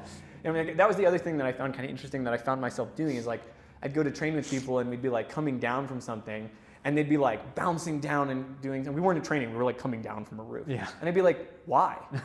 Like there's no actual time pressure right now. We should probably just like take an extra 30 seconds coming down and just make sure we're like slightly more sure-footed. Do you know what I mean? Like that part of it was kind of interesting to think about too, is like, sometimes the most efficient way might not be the fastest if the risks start to outweigh. Like if the chance of falling starts to increase too quickly because you're trying to go too fast, just go slower. You have to get to the bottom alive. Do you know what I mean? Like if you're dead at the bottom, whatever you're trying to get to, you're not gonna be able to do. Do you know what I mean? So like, and I kind of think that's a cool way of approaching it. That kind of comes out naturally in that because the way it's taxing you creates an additional layer of risk, you know? Super cool, yeah. And then the other thing is like people did some really cool stuff like Joe Hendo did that stride challenge down that Brighton Pier, right? Yeah. And that was, I would say, like kind of came on the tail of some of the stuff I was doing. That was another version of that. Yeah, and like I also was resistant to that because I was like, it's the same motion, right? Yeah. But it's like there's so many. But that's all gait cycle too. And it's fucking sick, dude. Like I couldn't do that for shit. That's an amazing, amazing feat. Yeah, it's like unreal. Joe Hendo's a freaking freak. He's a beast, you know. And like I think the thing that I wanted to see was more challenges with like mixed or layered types of motion. From like that was like part of my idea for it was that is like that one. There's another dimension to that one because it's so repetitive. But not every stride is exactly the same. It's really fucked. It's like it can actually catch you off guard because it's like. Well, and it's also, you can get into a rhythm, and then all of a sudden you're like, "Oh fuck, my rhythm!" But it's still rhythmic. Like that's the thing. That is the thing that's really sick about that challenge is it is a demonstration of your excellence at the stride. Because continuation of motion is basically the benchmark for how well it's working, how well you're actually performing the action. And then to be able to vary the distances on command. Especially when there's like that last bit at the very end of when you're the most taxed is a little bit chunkier, the distance is off. Yeah, that is an amazing challenge. That challenge is incredible. And there was another one Ed Scott did coming down where that descent wall is on the Brighton side where Kai did a bunch of descents on that with the turquoise gait and everything. Yeah. That stuff's really sick too, and it's got did a really cool like free running kind of endurance line where he did like some like side flip pre at the beginning and like calmed down and then like led into that descent, you know. And again, things that I probably should have shared, you know, but didn't. Like I don't know why, you know, because like that's exactly what I'm talking about, you know. So yeah, but yeah, like that is kind of like what I'm trying to do now is get back and see if I can do any of those lines. There's like a few that I've sort of picked out as being like more meaningful to me, maybe more worth my time. I have a baby, like I can't be like traveling around in my van like trying to do parkour all the time. So I have to like carve out a trip, maybe like once a year to like go project the thing and then just send whatever version of it I can, you know, it's gonna be, I think I'm a little more lax too. Like I was my pressure on myself was really high in the sense that like if it wasn't the exact version that I wanted, I hated it. Like that line I did in North Carolina, it starts like a little roof gap and then like come down these pipes and like up and then like taxed right over this like gap. It's like I hated that line. I thought it was fucking trash because every part of it had a compromise, right? Like I wanted to jump the gap, couldn't do it. I wanted to do the come up the wall as an actual wall run to dyno, couldn't do it. Had to put a garbage can there so I could plyo up. So it's like at every stage there was a compromise, so it felt like the whole thing was an enormous compromise. But I think people still thought it was cool, you know, like, so I have a more, I think if I tried to do it, I'd have a much more flexible attitude about just being like, well, I can't do that right now, so like, you just have more perspective, and you can come from a like more centered place. It sounds like. I hope so. We might find out. We might find out that there's still some demons in the closet that you need to wrestle. That's part of the reason I'm not sure if I'm going to do it is because I like being happy and having like a healthy relationship to my life and my body, and I'm worried that by re-engaging with that. I mean, in some ways, by re-engaging with that, if I don't have a different attitude, then I haven't really healed. I'm just avoiding a trigger. So that's like kind of a sign in and of itself. Yeah, it's so very interesting. Like very I think complex. it's important. It would be a good growth moment for me to be able to go and reapproach the same thing with a fully different attitude and have a very different relationship and be like, cool, like that stupid problem is solved. Like my need for everybody to look at me, don't care about that very much anymore. You know, like and like parkour is like kind of a performance art. You know, it's like. Yeah, it's interesting. There's like a very performance art. There's the retired parkour athlete, right? And there's people that have talked about this before, and it is interesting because there's so many traps. You can get into the trap of like wanting the attention. You can also get into the trap of like, I'm not going to engage with it because I'm not going to get it. But you can also be like, well, I'm going to force myself to engage with it because I want to prove that. It's like another thing. It's like, I'm going to prove that I don't need it. And it's like, well, you're kind of still stuck in this, I got to prove something cycle. It still has a relationship to the person who's receiving it. Instead of, and I guess all of it's okay, I think is what I've arrived at. It's like, it's just all okay. Like the guy can stop doing parkour, never do it again. That's fine. Yeah. He can come back and do it shitty and be okay with it. He can come fine. back and be better than he ever was. That'd be cool too. Yeah. But it's just like, it's a mind fuck because you're really everyone I think ultimately is unique, right? And so then everyone has a unique relationship to parkour. And so you have to figure that out for yourself. And you're always like playing with these questions. Yeah. Like, what is there for me? You know, is there some healing there for me? Okay, cool. Then that's worth engaging in. And then you might get into this place where like, there's nothing there for me. Yeah. And that's scary too. That's kind of how I've felt for the last like 3-ish years is like, for now, there's nothing for me here. Yeah. You know, I would say for 2 years, I didn't even watch parkour. I stopped watching anybody, didn't look at anybody, didn't think about it. Like literally it was just like, I made this decision kind of as I transitioned into doing this stuff, like I transitioned into it thinking like, this is going to help my gait cycle, and the gait cycle thing is a key to doing this endurance parkour thing. But I made this decision as I went in, I was like, I have to pretend or actually fully believe that I'm not going to the endurance parkour thing in order to do this part properly. I have to believe that this is it forever, right? Yeah, I have to commitment. I had to commit to it. So I cut parkour out. I kind of would say to myself, like, I'm never doing parkour again. I said it all the time, like, probably never going to do parkour again. Like, it was destructive. Like, you know, I actually formed like a negative opinion of it for a period of time. I was like, you know, it's all ego driven. It's all about social validation. It's all destructive. It's like a male, like, thing. You know, and it doesn't serve society. It's bad. Like, and so I kind of like committed to that vision for a period of time so that I could like immerse myself fully in this thing.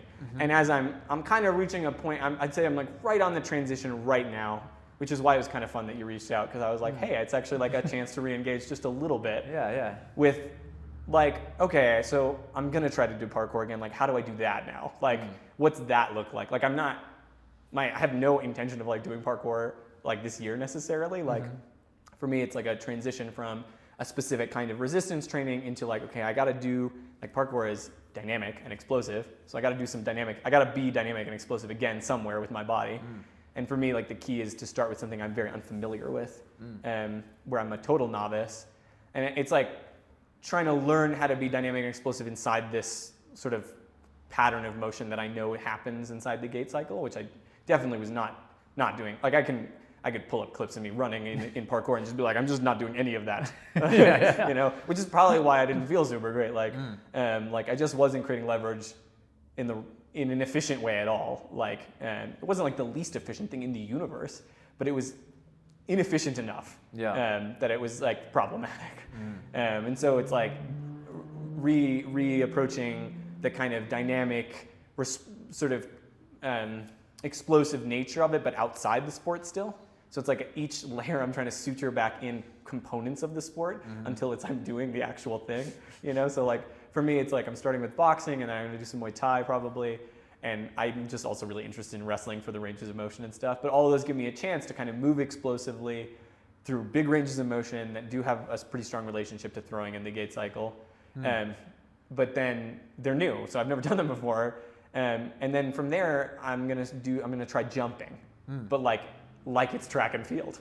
So like on the ground. This is probably how I should have done this all the first time too, right? Like if I could lead someone else through the process, I'd probably do it like this. And if I could share my really long-term vision, I have no idea if I'll do this, is even if I don't do the endurance parkour thing, I've thought about opening a parkour gym where I basically do it all using this kind of process. Oh, cool. So like where, you know, you come and you cross-train like this to learn the connections, and then you do something like you box a little bit, you jump a little bit, you kind of get connected with how the motions work, and then we start to add in like the technical layers. And I went so far as I wrote like a 50-page business plan. I have like designs for this gym. Like I was like ready to go and try and do it. And then I realized like I probably need to figure out how to actually do that first. You know, like, so that's kind of like something like if I don't go and do all those things, then that's still the way that I kind of see myself going with this stuff. Like I don't see anything inherently wrong with parkour, like from a mechanical point of view. It is just running and jumping, you know, like and climbing, and like our bodies are kind of made to do all those things. They're just hard to do really well. And so kind of learning to do them really well, or teaching them using this kind of like abstracted version first, where it's like, like feel this connection here to here. Like that's when you pull up and you go into that cat 180, you need to stretch that thing. You know what I mean? Like that's how you do it. And then it snaps you around, right? So like let's play with it in throwing, right? You do it, you feel it snapping, and then let's go and actually do that cat 180, right? Can you feel it snap? No? Okay, like let's go back and like see if we can like figure out where that is. And then once you're starting to feel the connection, you're like, okay, like now let's just drill 180s. Let's change sizes, scales, directions, dimensions. Like how much variance can you get inside that connection, right? And so it's almost like scaling back like another layer. So instead of starting with dynamic motion, you're almost starting with like an almost like static version of it, where you're like working on the connections that need to be present. And so that you kind of know that the person is at least feeling something that's kind of close to the thing that they maybe should be feeling. Excuse me. And so like, that's kind of like, I think maybe one thing I might do with it. And it's been interesting to see, like, it sounds like, you know, teams, I'm sure, well, I'm not sure. Do you follow Tim Sheaf's journey anymore? Because he's another one that's kind of been on this path of like, all right, I've kind of like burned through my ego in parkour a little bit, and then I went and explored, and now I'm in like this next layer of, and rather more like recent development of people's fitness understanding. And he's exploring it with WEC method and the rope stuff.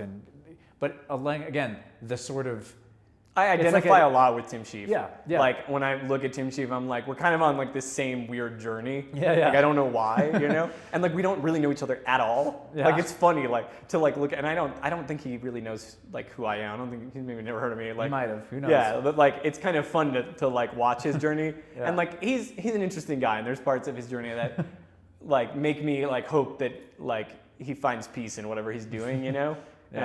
Which I hope for everybody. But he's very open. Like he'll post something on YouTube where he just like kind of gushes, you know, like, which is like cool in one way. And in another way, I'm like, I hope you find peace in that so that you don't feel like you need to do that, you know, like, I mean, I don't mean that in a judgment way. I think the more peace you find in yourself, the less you feel like in a certain way you need to share the story of the pain that's in you because you found peace. You know, like part of the sharing is trying to figure out how to get the peace, you know?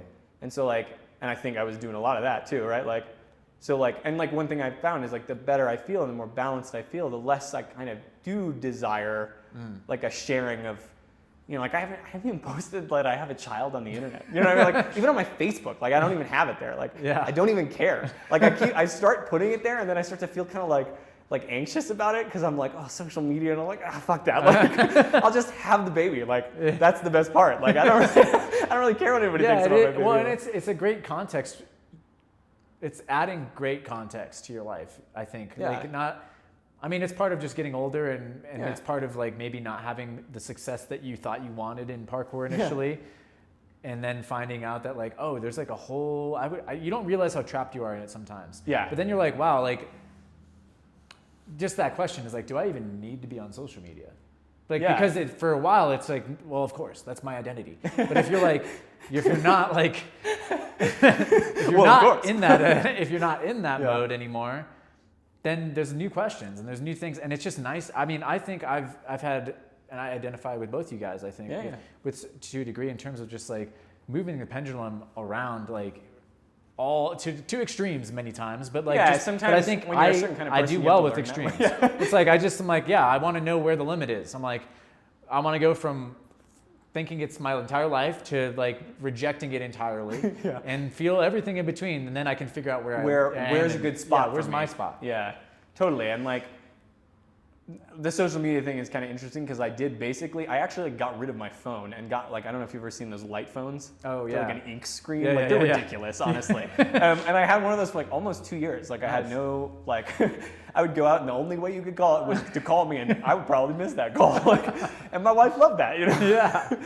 But I would go, like this is a funny part of like doing something like functional patterns is all this stuff that's not the exercise that you start doing. Like you start asking all these questions, like you start to realize, one of the things I started to realize was like, I never sit still, I never do nothing, I never really rest while I'm awake. Like I'm either like churning all day or I'm like conked out because I'm exhausted. So I was like, I'm gonna practice sitting still, like, which many would call meditating. You know, it's like you arrive at, I've never called it that. I was like, I'm gonna work on like, I just think it's important that I can like do the physical behavior of stillness. Like, and so I'd like, every morning I'd like fill up my water bottle and I'd like put on my these little Kaniki shorts, which are like let sunlight through, so 70% of the sunlight gets to your balls, you know? Gotta get that balls. Gotta be like, I don't even think that, I don't know why I was doing that. And I would like go out at like 7 in the morning and sit in the median, like near our apartment building. And I would just like sit in the grass and like stare at a tree and just like open my field of vision and like do as little with my eyes as possible and just try to sit totally still and keep bringing my field of vision back to my eyes. I swear to God, like I did that for like a year and that shit helped me so much. Do you know what I mean? Like, well, tell me about in what ways, because I think that's so cool that you kind of, in your world, in your experience of it, it's like you almost invented meditation for yourself. But like that's such a better place to come at it than like, I'm going to sit and meditate because some dude told me to online and I don't even really know what I'm doing and why. Yeah. I mean, it was, I would say like, in all seriousness, like I know that this is like a complicated thing, but like I decided to like listen to things Naudi Aguilar said. I like decided to immerse myself. I was like, okay, I'm gonna like drink the Kool-Aid. I'm gonna go for it. You know, I'm gonna drink it all the way. Like there's no danger. Like, I can just leave. Do you know what I mean? Like, like there's no risk really. Like I'm too smart to get brainwashed is how I felt. Like if I start to feel like something's like really off here, like, or someone's trying to get something from me and I don't want to give it, I'll just back out. But it was like, I would just like listen to the podcast and like do stuff. And there was stuff I heard that I was like, I don't like that. I don't agree with that. You know what I mean? But there were other little nuggets like the stillness thing, which is something I heard him say. And I heard him describe it as a purely physical thing.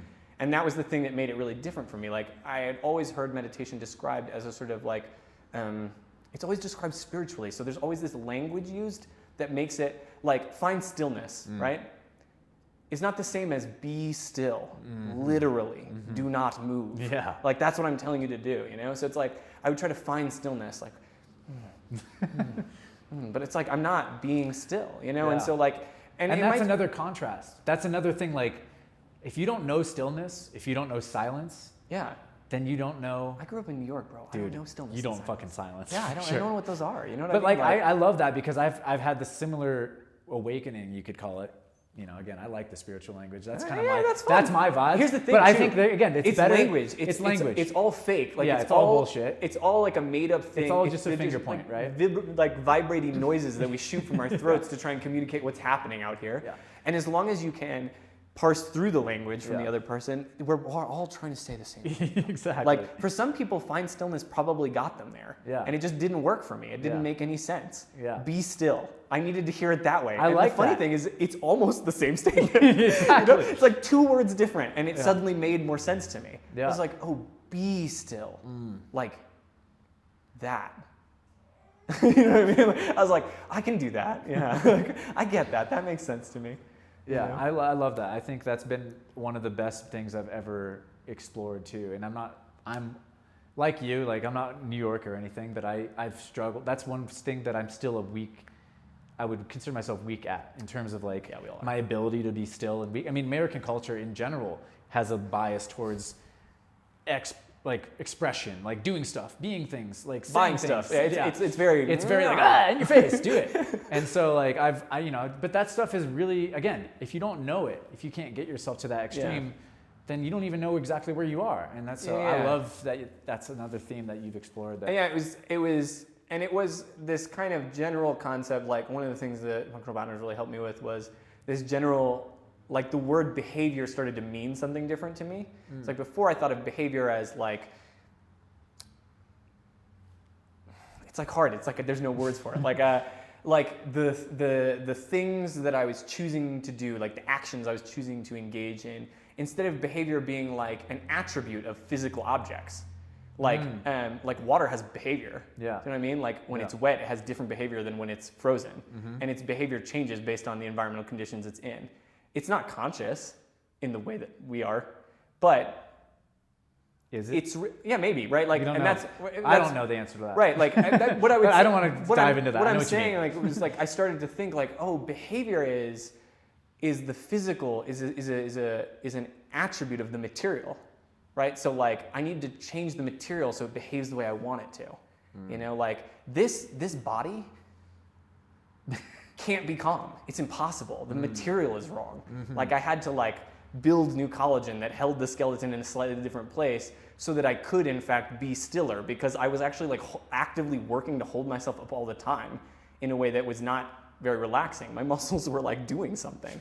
And so then my body felt like it was doing something, and it told me, you're moving. And then I would start to move my eyes around, and my brain goes, oh, I don't know what's going on, but something in the environment requires attention. So let's just like pump a little cortisol and a little adrenaline in there and make sure that you're ready for whatever this thing is. And like, meanwhile, I'm just like sitting in the living room. You know what I mean? Like nothing's happening, but my body is starting to like prepare for like some big action, you know? And so like, as I found that like finding this sort of physical balance in my body produced a mental balance, because it made it easier for my body to actually rest or to find stillness. And for me, that was really helpful. Like I think there are a million ways to probably arrive at the exact same truth, and maybe a million squared ways to describe it. You know, so like, because like nothing that I'm saying is really new information. It's just like the way that I got there felt novel. It felt like I was discovering something, and then on the other side of it, I'm kind of like, yeah, so I guess I'm a Buddhist. Like I don't, like I don't Whatever, know. yeah. Yeah, like I guess, you know, like I don't believe in like the sevenfold path or anything like that, but basically I do what Buddhists do, you know, like. I mean that's so awesome.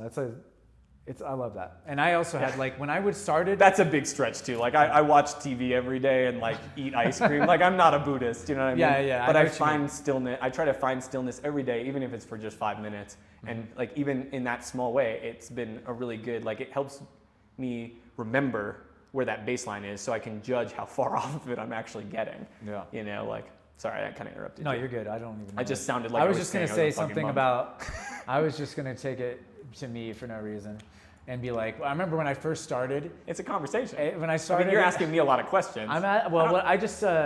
You reminded me of when I first started getting still, it actually hurt. Yeah. Like it's fucking uncomfortable. I was like in pain. They're like, yeah, because I was working with, again, I mentioned this Ido Portal's community, one of his communities, and he's another figure like Naudi that has a lot of kind of people that there's controversial things surrounding these just like guys weird energy because of their nature, and I'm not going to dissect that right now. Yeah, that's not really relevant. And again, like there's value in what I was learning there, and that was one of the places where I first really started to get still, and I was like in pain. I was like, holy shit, like I can do a lot of things, but what really hurts is just sitting here. And I'm like, that's probably a good thing to know and work on. Yeah, like that. Like, why should be like that hurt for me to just sit here? Yeah, or it's like, crazy. Yeah, I remember experiencing. Or you mean physical pain or like mental? Physical. I mean, who knows what it was? Well, yeah, because sometimes it's like, who knows? And I'm a sensitive person, I think, in terms of like I can overreact and your mind. That's what it often will do with pain is just amplify it. Well, yeah, like crazy. Like, pain is like it is an embodied experience. Like so I don't really know. It was probably a little both, right? It always is. But certainly it felt physical at the time. I was like, this is physical pain. Yeah. But it was probably mental anguish too, you know? Yeah, I remember feeling frustrated by how quickly it stopped being still. Like I would be like, okay, I found some stillness. Like first of all, thinking that you found stillness, you're kind of not quite there yet. Like you're still like one layer back. You know, like because you're thinking about what you're doing. Yeah. Whereas like I feel like when you find real stillness, it's like you're just experiencing just the signal coming in. It's like just the light, just the sound, just the feeling. No interpretation yet. Like you're trying to like get away from the interpretation. Yeah, there's no language even. Yeah, you should if words start happening, like you've already kind of backed up again. It's tempting, right, to analyze or understand everything intellectually, but like getting back to that signal is like the most. I think like it's a little bit of the curse of being human. Like animals don't have language; they don't interpret the signal. They just experience the signal. You know, and when you have a dog or a cat, you watch how quickly they can go from high stress, high energy back down to rest. They can just do it so quickly. You know, they like go outside, they run as fast as they can, they're drooling everywhere, they're like, oh, I'm fucking king of the world. And then they come inside and within like 4 minutes, they're like laying down completely still, eyes open, just like doing nothing at all. Yeah. And you're like, how the fuck do you do that? Right? Like if I have a moderately stressful day, I might wake up in the middle of the night thinking about that moderately stressful day. I didn't even like full out sprint thinking that like my life depended on it. Like they don't even have like a sense that everything's fake. You know, like they're chasing the ball. They're like, I need to get the ball. Like for real, like I have to get it. Every part of my being is pounding me through space to get there, you know? So like that connecting, and that is like the trick of it is like they can't interpret the signal abstractly. They can only experience it. And so practicing, like the abstraction of the signal is like an incredibly important tool, right? Like we wouldn't have toilets or plumbing or refrigeration or like any constructs like democracy or society or anything without any of that stuff. So it's incredibly useful. But it's a tool, and if you use that tool all the time, it's a problem, you know? And that's kind of like what anxiety is. It's like you can't stop using the tool. It's like you're trying to constantly solve an abstract problem, even when there is none. Like, you know, like you need to be able to turn your mind off. Yeah, you need to be able to go like, stillness. There is no problem. You need to be in control, because again, like you know, another teacher of mine that is even maybe more instrumental in my stillness and stuff is Sadhguru, is a guy I got into and that I was probably worried about at first. So like, am I drinking Kool-Aid? But eventually, sometimes you gotta drink a little Kool-Aid. You gotta drink some Kool-Aid. You gotta hear what they have to say. Guess what? Some of these people might know some shit. Yeah, they do. Like that's why they're so fucking weird and crazy, dude. Because they're like, I got the secret, bro. Yeah. And you're like, okay, all right. Let me hear your secret, and then I'm gonna go away and think about that, and never see you again. And maybe I'll find the secret, and when I find it, like, we gotta find our own relationships to the secrets. Yeah.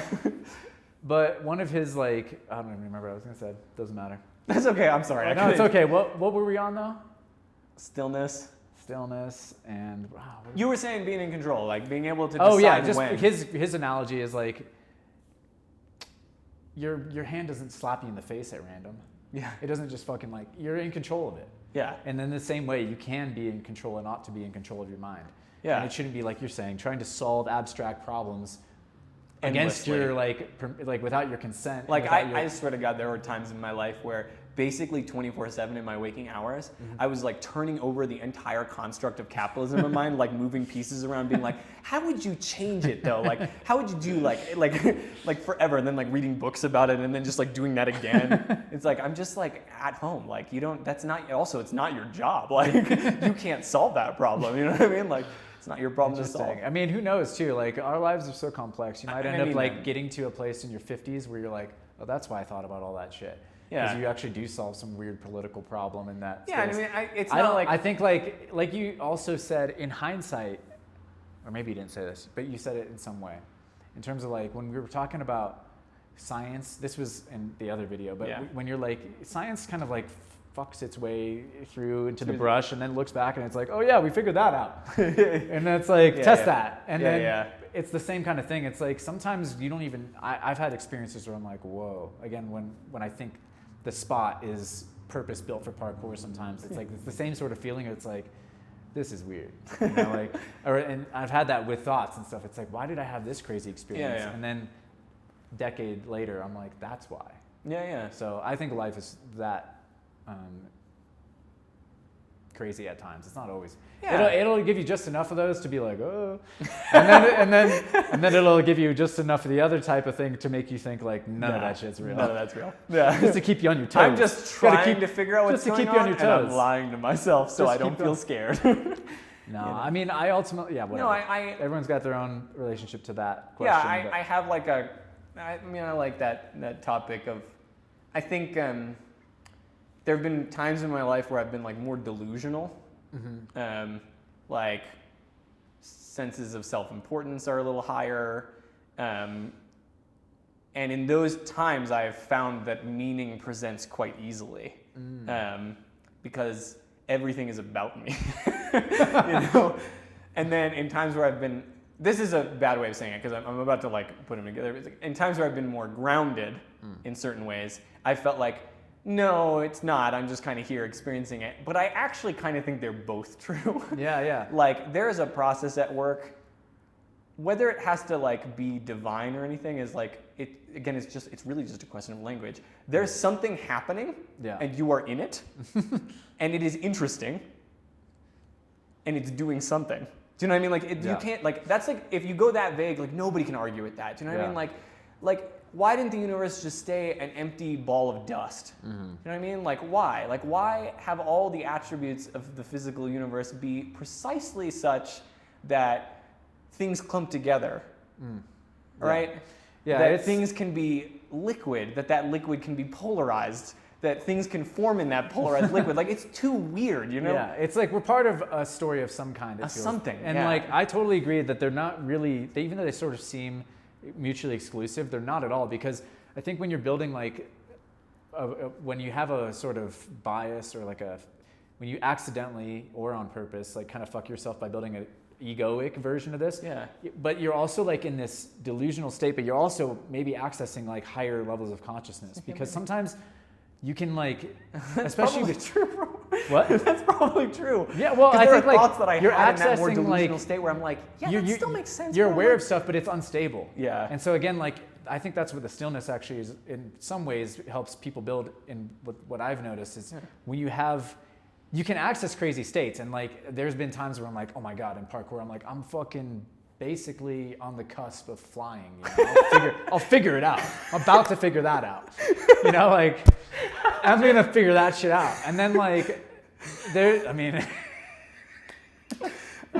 that's a very Daniel Labaka statement. That's some crazy shit. But I can fly in my dreams, so come on, guys. Yeah, me too.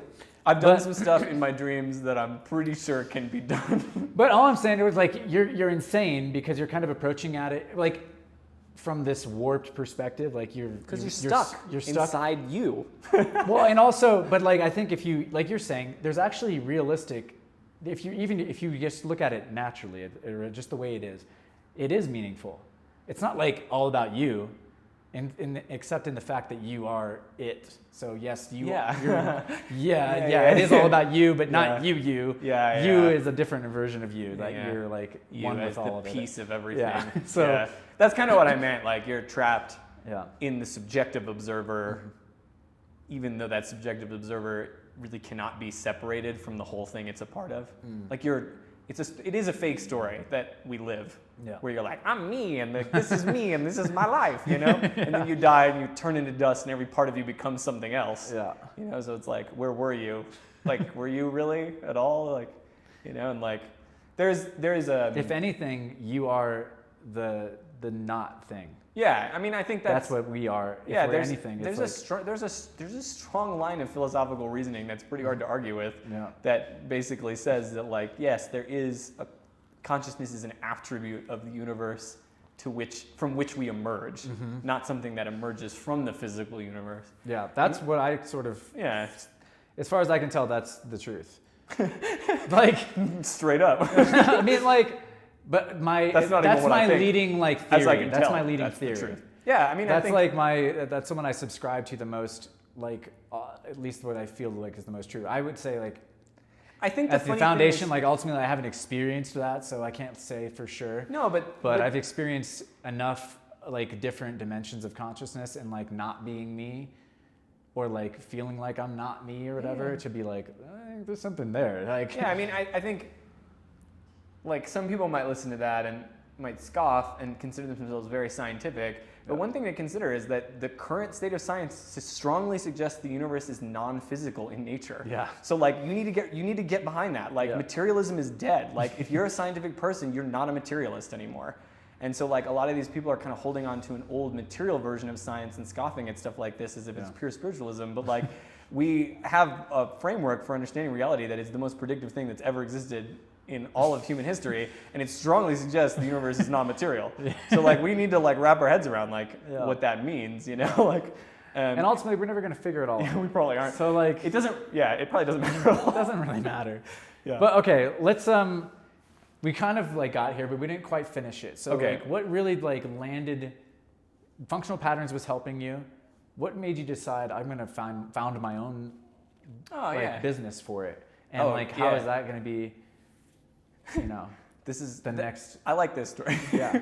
I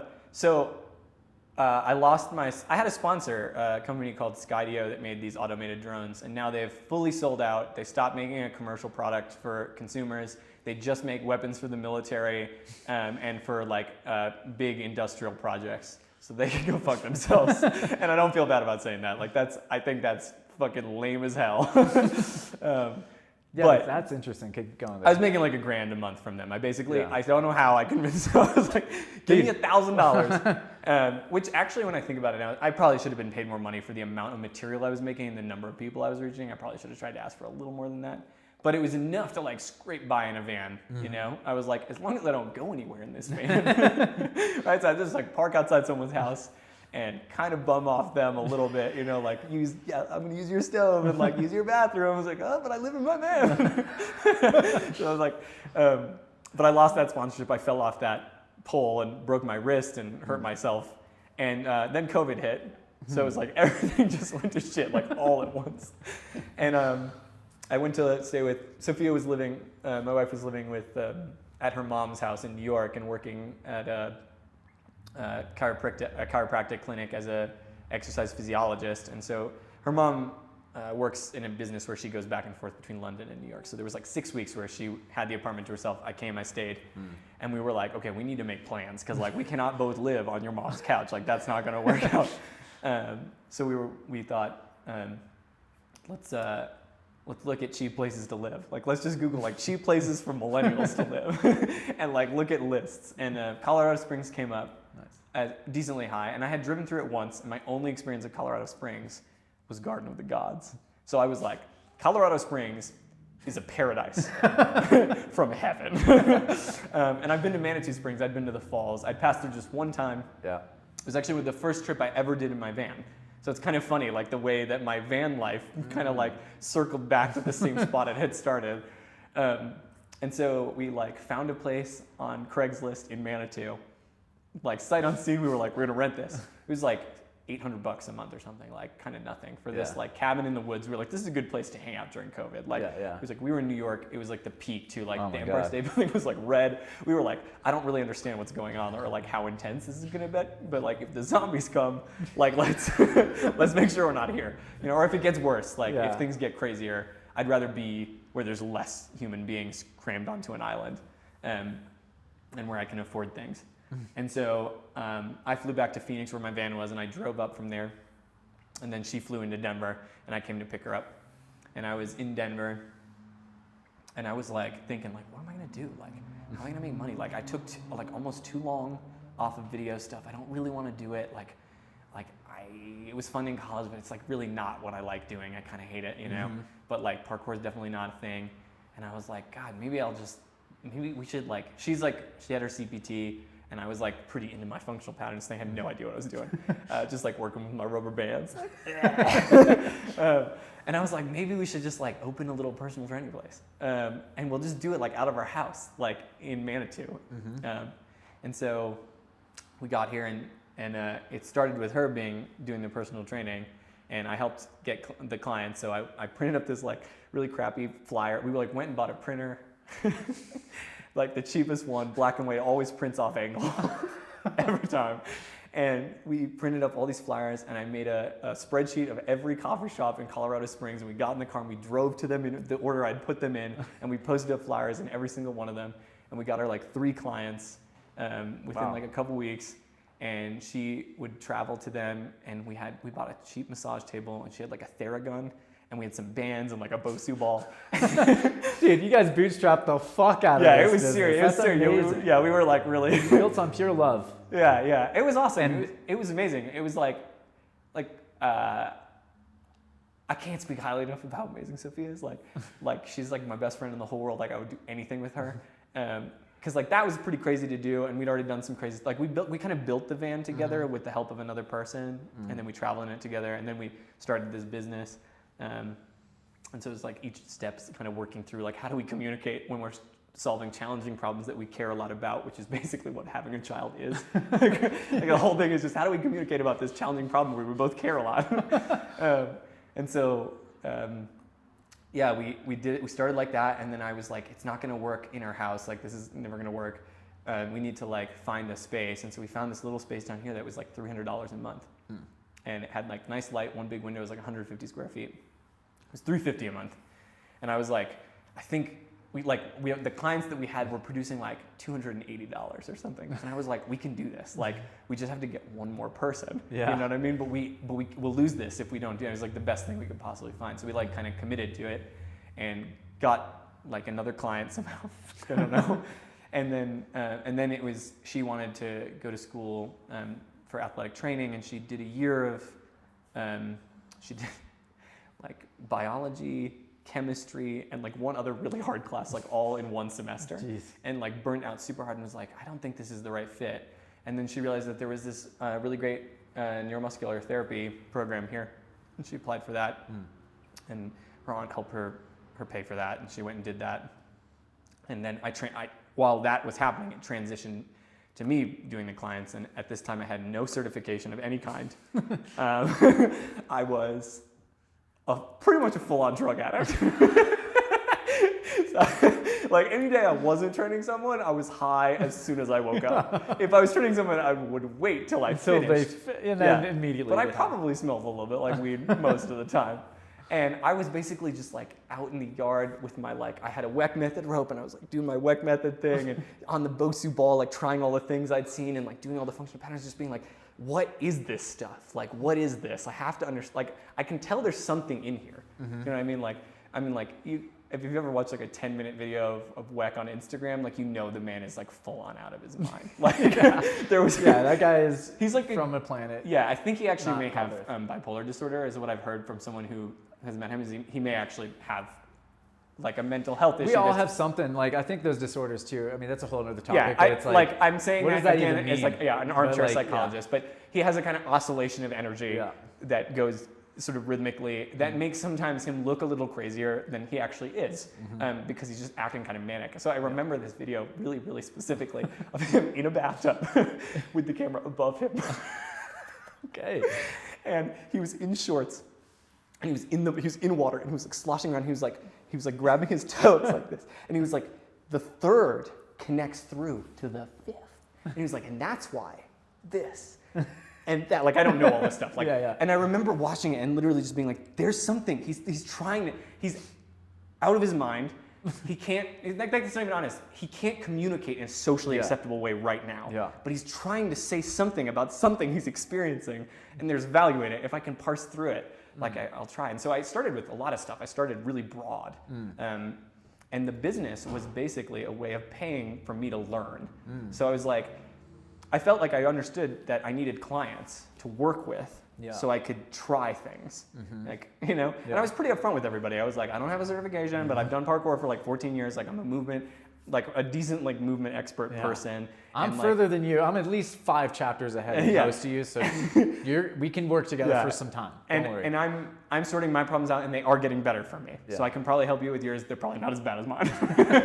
You know, so like I got a few clients, and I would like do things on my own. I'd spend a lot of time like moving around, like trying stuff. All I had was rubber bands at the time, and a lot of it was functional patterns. But I was trying other stuff. I did Goda for a while. I don't know if you've ever encountered Goda. Only when I was YouTubing some functional Inside patterns, ankle bone high. I actually went and did that certification, so I gave them $5,000. All right. Congratulations, Goda. No offense to Goda, but totally useless. Just not worth it. Everything that's online for free is everything that's at the cert, so it's like you're not getting anything. You know, like one thing I will say about functional patterns is even though it's behind a paywall, it's like Narnia. Like there's a whole world back there. Like you go back there and you're like, what the fuck? Like I can't believe all this is here. You know, like so in that way, it's like totally worth every penny. And I've learned so much more. And some of the things that I learned doing like trying the WEC method stuff and doing Goda, and there's like this other person, options and stability or something. Like no one's ever heard of this guy. Like I basically made a new Instagram account where I basically only followed biomechanics people. And so then I had the algorithm feed me more and more and more until I was like really deep. Like if you know who Lord Krug is, you've been all the way to the bottom. Like Lord Krug. I think his name now is Improv Jazzercise. Okay. But basically every video of him is just like him. I mean, he's pretty fit, dude. Like doing the weirdest workouts you've ever seen. Like nothing even makes sense. To freeform jazz. Freeform jazz is just playing over everything. So, and he's like an actual musician. So like, and his whole thing is kind of inspired by jazz. Like it's really cool. Like he kind of his belief, and he's communicated it pretty well, is like, there is no such thing as correct biomechanics. There's just like increasing variability. And so like you have to constantly open and explore the variability further and further and further in order to kind of like grow your movement practice. But they're like, admittedly, some of them are like hilarious to the point that they almost feel like comedy. Like I actually thought it was a comedy account for a while. Like there's this one where there's like a ball, and he trains his dad is like the person he films. He trains himself and his dad, and I'm sure he has some clients and stuff, but he only films. It's like his dad, he's like this like 70-year-old guy, and he's like sitting on a bench or something, and there's like a ball like dangling from like an elastic band. It's just bouncing up. Like something like that, like it's just too funny, you know. Dude, oh my god! But it starts to even like connect a little bit. Yeah, there's like a little bit of a parkour connection. Like there was like a time where I saw him, he was like outside on a bike rack, just doing a workout on a bike rack, where he was just like coming up with different ways to like pull on his body. He was like, you're like literally you're a few steps away from doing parkour now. Do you know what I mean? Like, and so I did that, and that was kind of part of my learning process, was like open up as big as possible at first. Like don't go in too deep and specific with anything. Go really broad in this whole like weird underbelly of this like, because it's actually a surprisingly big space. All these people who are like gait and throwing, like we got to figure it out, you know. And they're all like really bizarre people. A lot of them don't have a ton of formal education. You know, there's a lot of people like looking at video, you know, of people running. Because like one thing to consider is until recently, slow motion video basically was non-existent. Slow motion high definition video has basically only existed for the last like 10 years, maybe 5.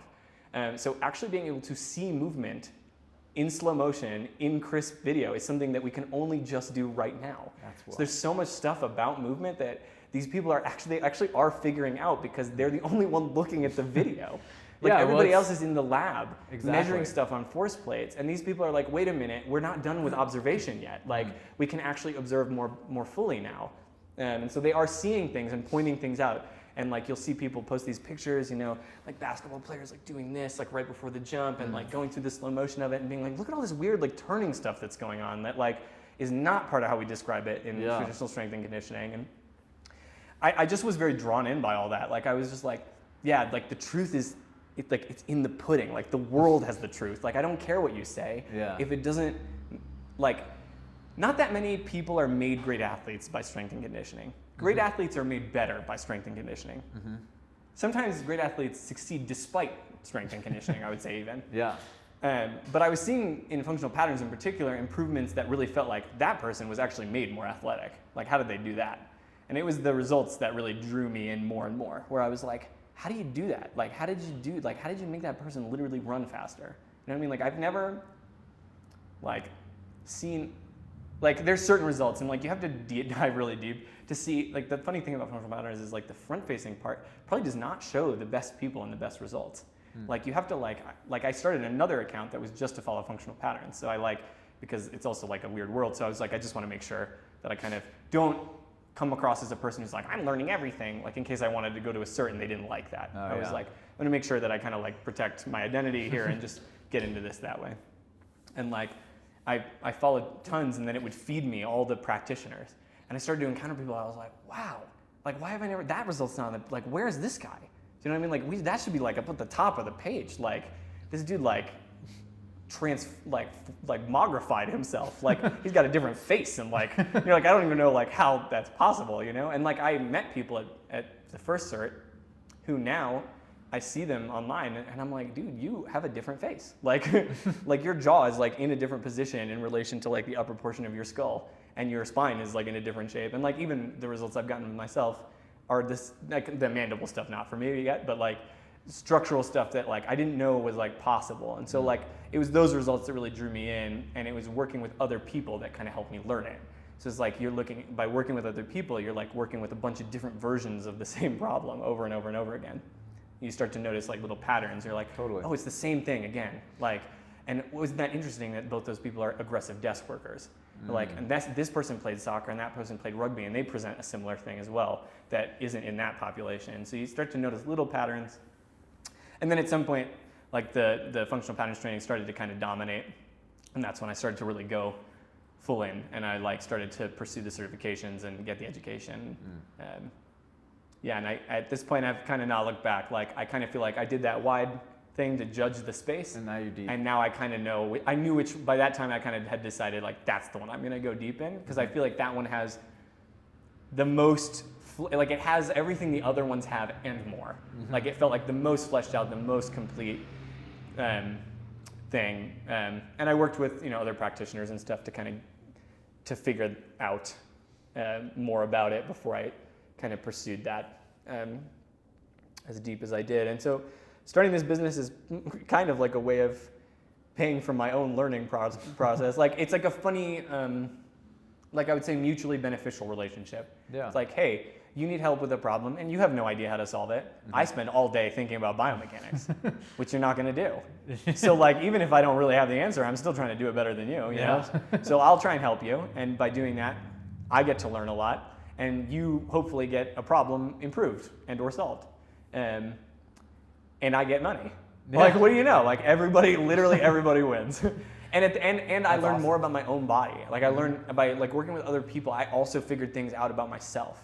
Like I'd be doing something and then they would figure it out. And I'd be like, oh, yeah, of course. Like that is how you do that, like, because you're showing people things like, hey, like pull your obliques that way or pull them this way. Like some of it's just like building kinesthetic intelligence. Like here's all these things you can do with your body. Let's figure out the right, like bucket of stuff to have, right? Like I have clients where their ribs are like fully like flared. It's like their abdomen is just like loose, and it's like hard to teach them how to like actually cinch it back in using their obliques, and sometimes you're like trying, and suddenly like they figure it out because you've been showing them so many things that one day they're like, yeah, I just did what you said, but then I did this other thing where I like went like that, and they just like popped in, and you're like, I'll put that shit in my bucket for later, That's really cool. And so then now it's just, it feels like you've really found a good groove and you're kind of like steaming ahead now.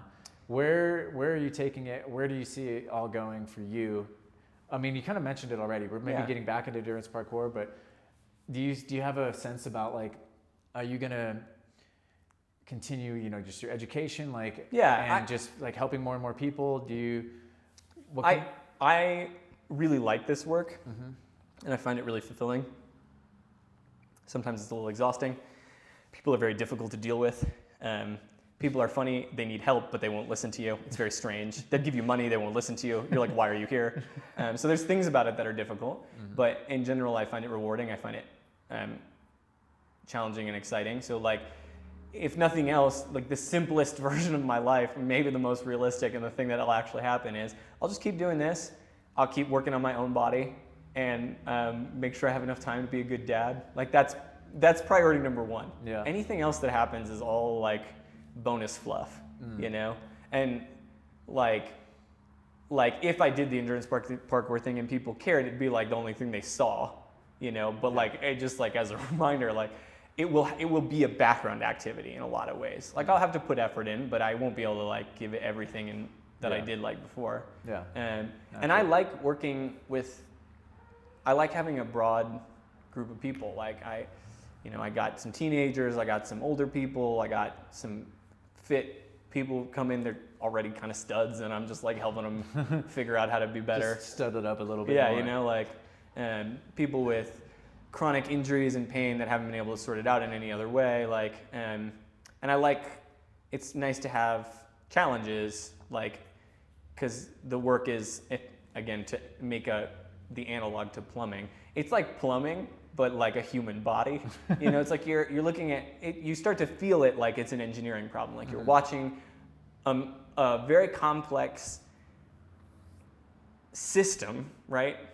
Organic system behave on a treadmill, stand, and you're thinking like, what stimulus needs to be applied to this system to produce the specific changes that will make that system more efficient, you know? And so slightly more complex problems are kind of fun. Like every time I have to get a client and the whole thing is just like, basically you're just running them through stuff they could have bought online for like $200. Yeah. You know? But for whatever reason, they just need someone. Sometimes people, I mean, that's a lot of... I totally get it. Like people, like, there's a lot of psychology that goes into it. Yeah, like sometimes people need to invest a certain amount before they're even willing to put in any work. Yeah. And sometimes they need somebody just to watch them do it because they just don't want to do it alone. Yeah. There's a lot of things that go into it. Yeah, and I think, well, go ahead. No, I have... Like part of personal training, anybody in any form is, in a lot of cases, is just being a person who makes other people feel like they need to be held accountable. You know what I mean? Like that's like, you gotta have like dad energy a little bit. Like, daddy, I wanna make you so proud of me. Like you need your clients to feel like that a little bit. You know? So that, you know, when you tell them something, they take it seriously. They try to do their best with whatever that is. And like, it's also been this like learning curve where it's like, you know, when you deep dive into like all this information that's like being spread out, and just so everybody knows too, like I did that deep dive biomechanics thing through Instagram. I use Instagram for information like now, that's like what I do. I also like have a whole account where I basically just follow like the absolute middle of the road, like full on sports science fucking PhDs. And they post like excellent meta-analysis breakdowns. I read those. I make sure I'm actually on top of what's going on in the field so that I can contextualize that information, the biomechanics information in the current information. So I'm not just saying things that I think are true. You know, like the thing about symmetry or asymmetry, like I know that the research strongly indicates that symmetry and asymmetry are equally present in athlete populations and non-athlete populations, which strongly indicates that symmetry is not a requirement to performance. Like, you know what I mean? Like, and I can hold that in my head at the same time as I think symmetry is important. Yeah. Like I can do that. It's not uncomfortable. But I just think keeping like a pulse on the broader information, making sure that the specific information that you have is contextualized in that broader information, that it lines up with it still. Yeah. Right? Like it should still line up with the stuff that these studies are producing, right? And there is obviously like, there are major problems in science, the replicability problem, right? Like 50% of the studies that get produced every year, they can't be replicated when they're actually tried. So there's also a little bit of being like, okay, I'm gonna make sure to read and understand what's going on. But also, if every time I do something clinically, it does not line up with that information, I might go, maybe that information's wrong. You know what I mean? Like, if I keep producing the result that I want, doing something that's supposed to not work, then maybe you're wrong about it not working. You know what I mean? Like, exactly. So, and and kind of keeping that sort of loose structure to it. It's like we're working in an emerging science that has no clear answers. If it did, everybody would be an elite athlete. That's how I feel, right? Wow. If we could execute this properly, everybody would have the body of Mike Tyson. You know what I mean? Or like everybody would feel like a stud. Yeah. And we'd all be at the right body weight, and everyone would be healthy and feeling amazing, and we would have a reduction in chronic health issues. What are the biggest questions, or what's a biggest question? Maybe just share one, like, because what I'm seeing and what I'm hearing is, and what I've experienced even earlier today is just like, you're so into this, you know it really well, backwards and forwards, like you've talked, like, how much research you're doing, like you're so on top of it. It's really cool because you're right at the cusp for a lot of what people can learn right now. What is like the question that you're trying to answer in terms of, or what would you love to see fall into place within the next, couple of years in terms of like, oh, we understand that now about the body or about fitness? I think, because it sounds like you're kind of almost orienting towards like, we're all going to become superhuman, or not, we're all going to realize our human capacity. I mean, I think physically, yeah, if we live in the world that you're kind of aiming towards. I think part of it doesn't have to be quite as extreme as the way you just described it. Yeah. No, because everyone has to be a fucking elite. No, because like I actually think that the healthiest, longest living human being is not a super like interesting it's not specimen. Mike Tyson. Yeah, it's actually kind of like an underwhelming thing. Like you can do too much cardio and kill yourself earlier. You can do too much weightlifting and kill yourself earlier. Like these things are not a more is better thing. There's like a window. And if you're in that window, you actually are doing the right thing. And the window is probably way closer to not doing anything at all than it is to being like a supreme super person. So I think it's more about getting everybody into that window. And obviously I think like obesity is like a really big problem in health overall, like overarchingly. I don't necessarily have a huge problem with like the drugs and stuff that are coming out if they actually work. Like, you know what I mean? I think that a huge part of health and wellness has to do with food and the restructuring of the food system. Like from top to bottom, like we got to redo this. It's not working. It's making us really sick and it's destroying the planet. Like it's got to be like different. That doesn't mean everybody needs to go vegan. Like that's not what that means, because veganism is actually a full-on commitment to the system we already have. It's like, yeah, only GMO beans and fucking wheat. Do you know what I mean? That needs to be bought from Monsanto, who also happens to be owned by Bayer Medical, who makes medication. It's like, what a strange form of vertical integration. Like we'll produce food that makes you sick and then make the medication that solves that problem. Not to get like conspiratorial, but like honestly, if you just look into it, like it's not a conspiracy. It's like saying that climate change is a conspiracy. Like it's not a conspiracy. Well, like, we know now again, like the science is out on that stuff. It's like the pesticide sprayed food causes a lot of problems for people's health. Bad. Yeah. You know what I mean? Like, and they've already banned it in a lot of places. Like, so it's like we need to restructure that. A lot of actually getting health and wellness where it needs to be doesn't have to be. It's not about exercise. It's not even about medicine. It's about, well, what do you think? Well, I know you kind of work in this field too, so like I know you probably have strong opinions, and I think we probably are basically on the same page, although we may say it different ways. And I think I think what you're about to say, and this is kind of my opinion, is understanding the whole thing as an integrated system is like step number one. Like there is no food production system separate from a healthcare system, because eating is what keeps you alive, bro. And your health is basically how alive you are. You know what I mean? Yeah. Like how well are you doing while you're alive? So food has a lot to do with that. Food is produced using the physical environment of the planet, which means that it's deeply tied to ecology. So like the whole thing is like this ginormous integrated net, and understanding that, actually acknowledging it, trying to build systems that don't fight it, that leverage the way it already works so that it works as efficiently as it can without ignoring the rules that are already in place. We can't change those. We're not gods. Do you know what I mean? Yeah. Like we're amazing, but we can't go like, haha, like 1 billion years of life evolving on Earth, fuck you, like let's just do it totally different, like it's just not gonna work. And the funny thing is the way that you think about solving that problem is the same way that this kind of works, which is there are rules, like you can't undo 6 million years of human evolution. Like your shoulder is a human and why shoulder. would you want Why to? would you want to, right? Like your hips, your shoulders, they're made to move a certain way because of selective pressures. Just respect that, you know? doesn't mean you can't like do things that are kind of outside that. It just means you have to remember that that's how they work and they're supposed to work like that. And if you start messing with that too much, you might get some funky looking symptoms.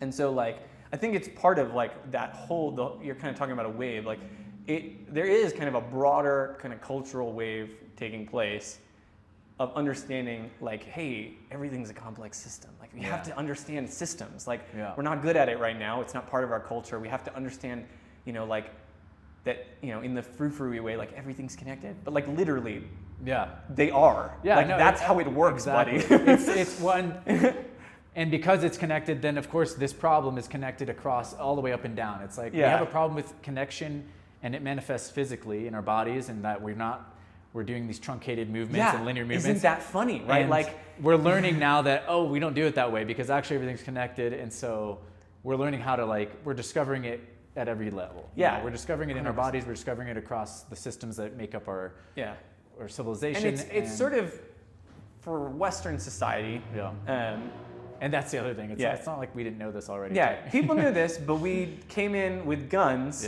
and dominated them and didn't listen to anything they had to say. Like in the Americas, there were cultures that had literally already been through their apocalypse and had altered their methods of growing based on those apocalypse. Yeah. Right?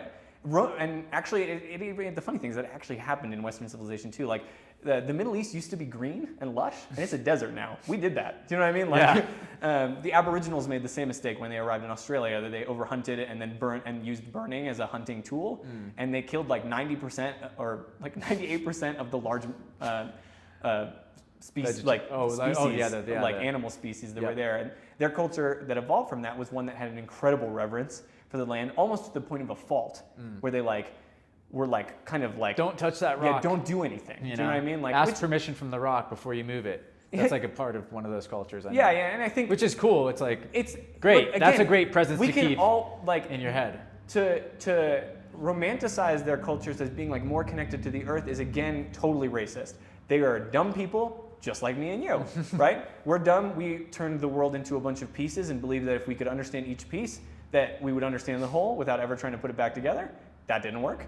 Those people were also dumb in that they had to ask a rock for permission to move. Like, those are both equally silly things to do, right? Like, everybody is equally silly, has an equally valid part of the truth. Like, nobody's thing is more valid than others, right? Like, sacrificing human beings, like, to the sun god is terrible. Like, we shouldn't do that. Do you know what I mean? Like, it's not necessary. Yeah, right. So it's like, I think there's a little bit of especially from like white people, a tendency to be like, well, indigenous cultures like already had it all figured out. It's like, no, they didn't. Do you know what I mean? Like, they didn't have it all figured out. Not all Are you of it. kidding me? Like, that's ridiculous. Like, how did we show up with like the weapons and ships that we had if they had it all figured out? Like, we can have everything. We can have the whole thing, right? We can have AI and robots and regenerative agriculture, and we can do the whole thing and make it just like a freaking Garden of Eden if we do it right? If we take the right stuff from everybody and we put it all together in the right way, we can probably make this place like an unbelievable paradise where we barely have to work and we just hang out in the sun all day. And food is just like everywhere. You know? What better, and I think that's the ending. That's what we're going on. That was amazing. Unless you have anything else you want to add. No. Yeah, I mean, that is the world we're aiming towards. And I think there's no other way to do it, just like you. Yeah. So everybody do your part. So do your part. Yeah, whatever it is. We're doing it. You'll figure it out. We're doing it. We're going to figure it out. Yeah. And we'll check in soon again with functional patterns and Milo, and maybe you can come visit us or me in Denver, and we'll do some more stuff and fun things. Yeah.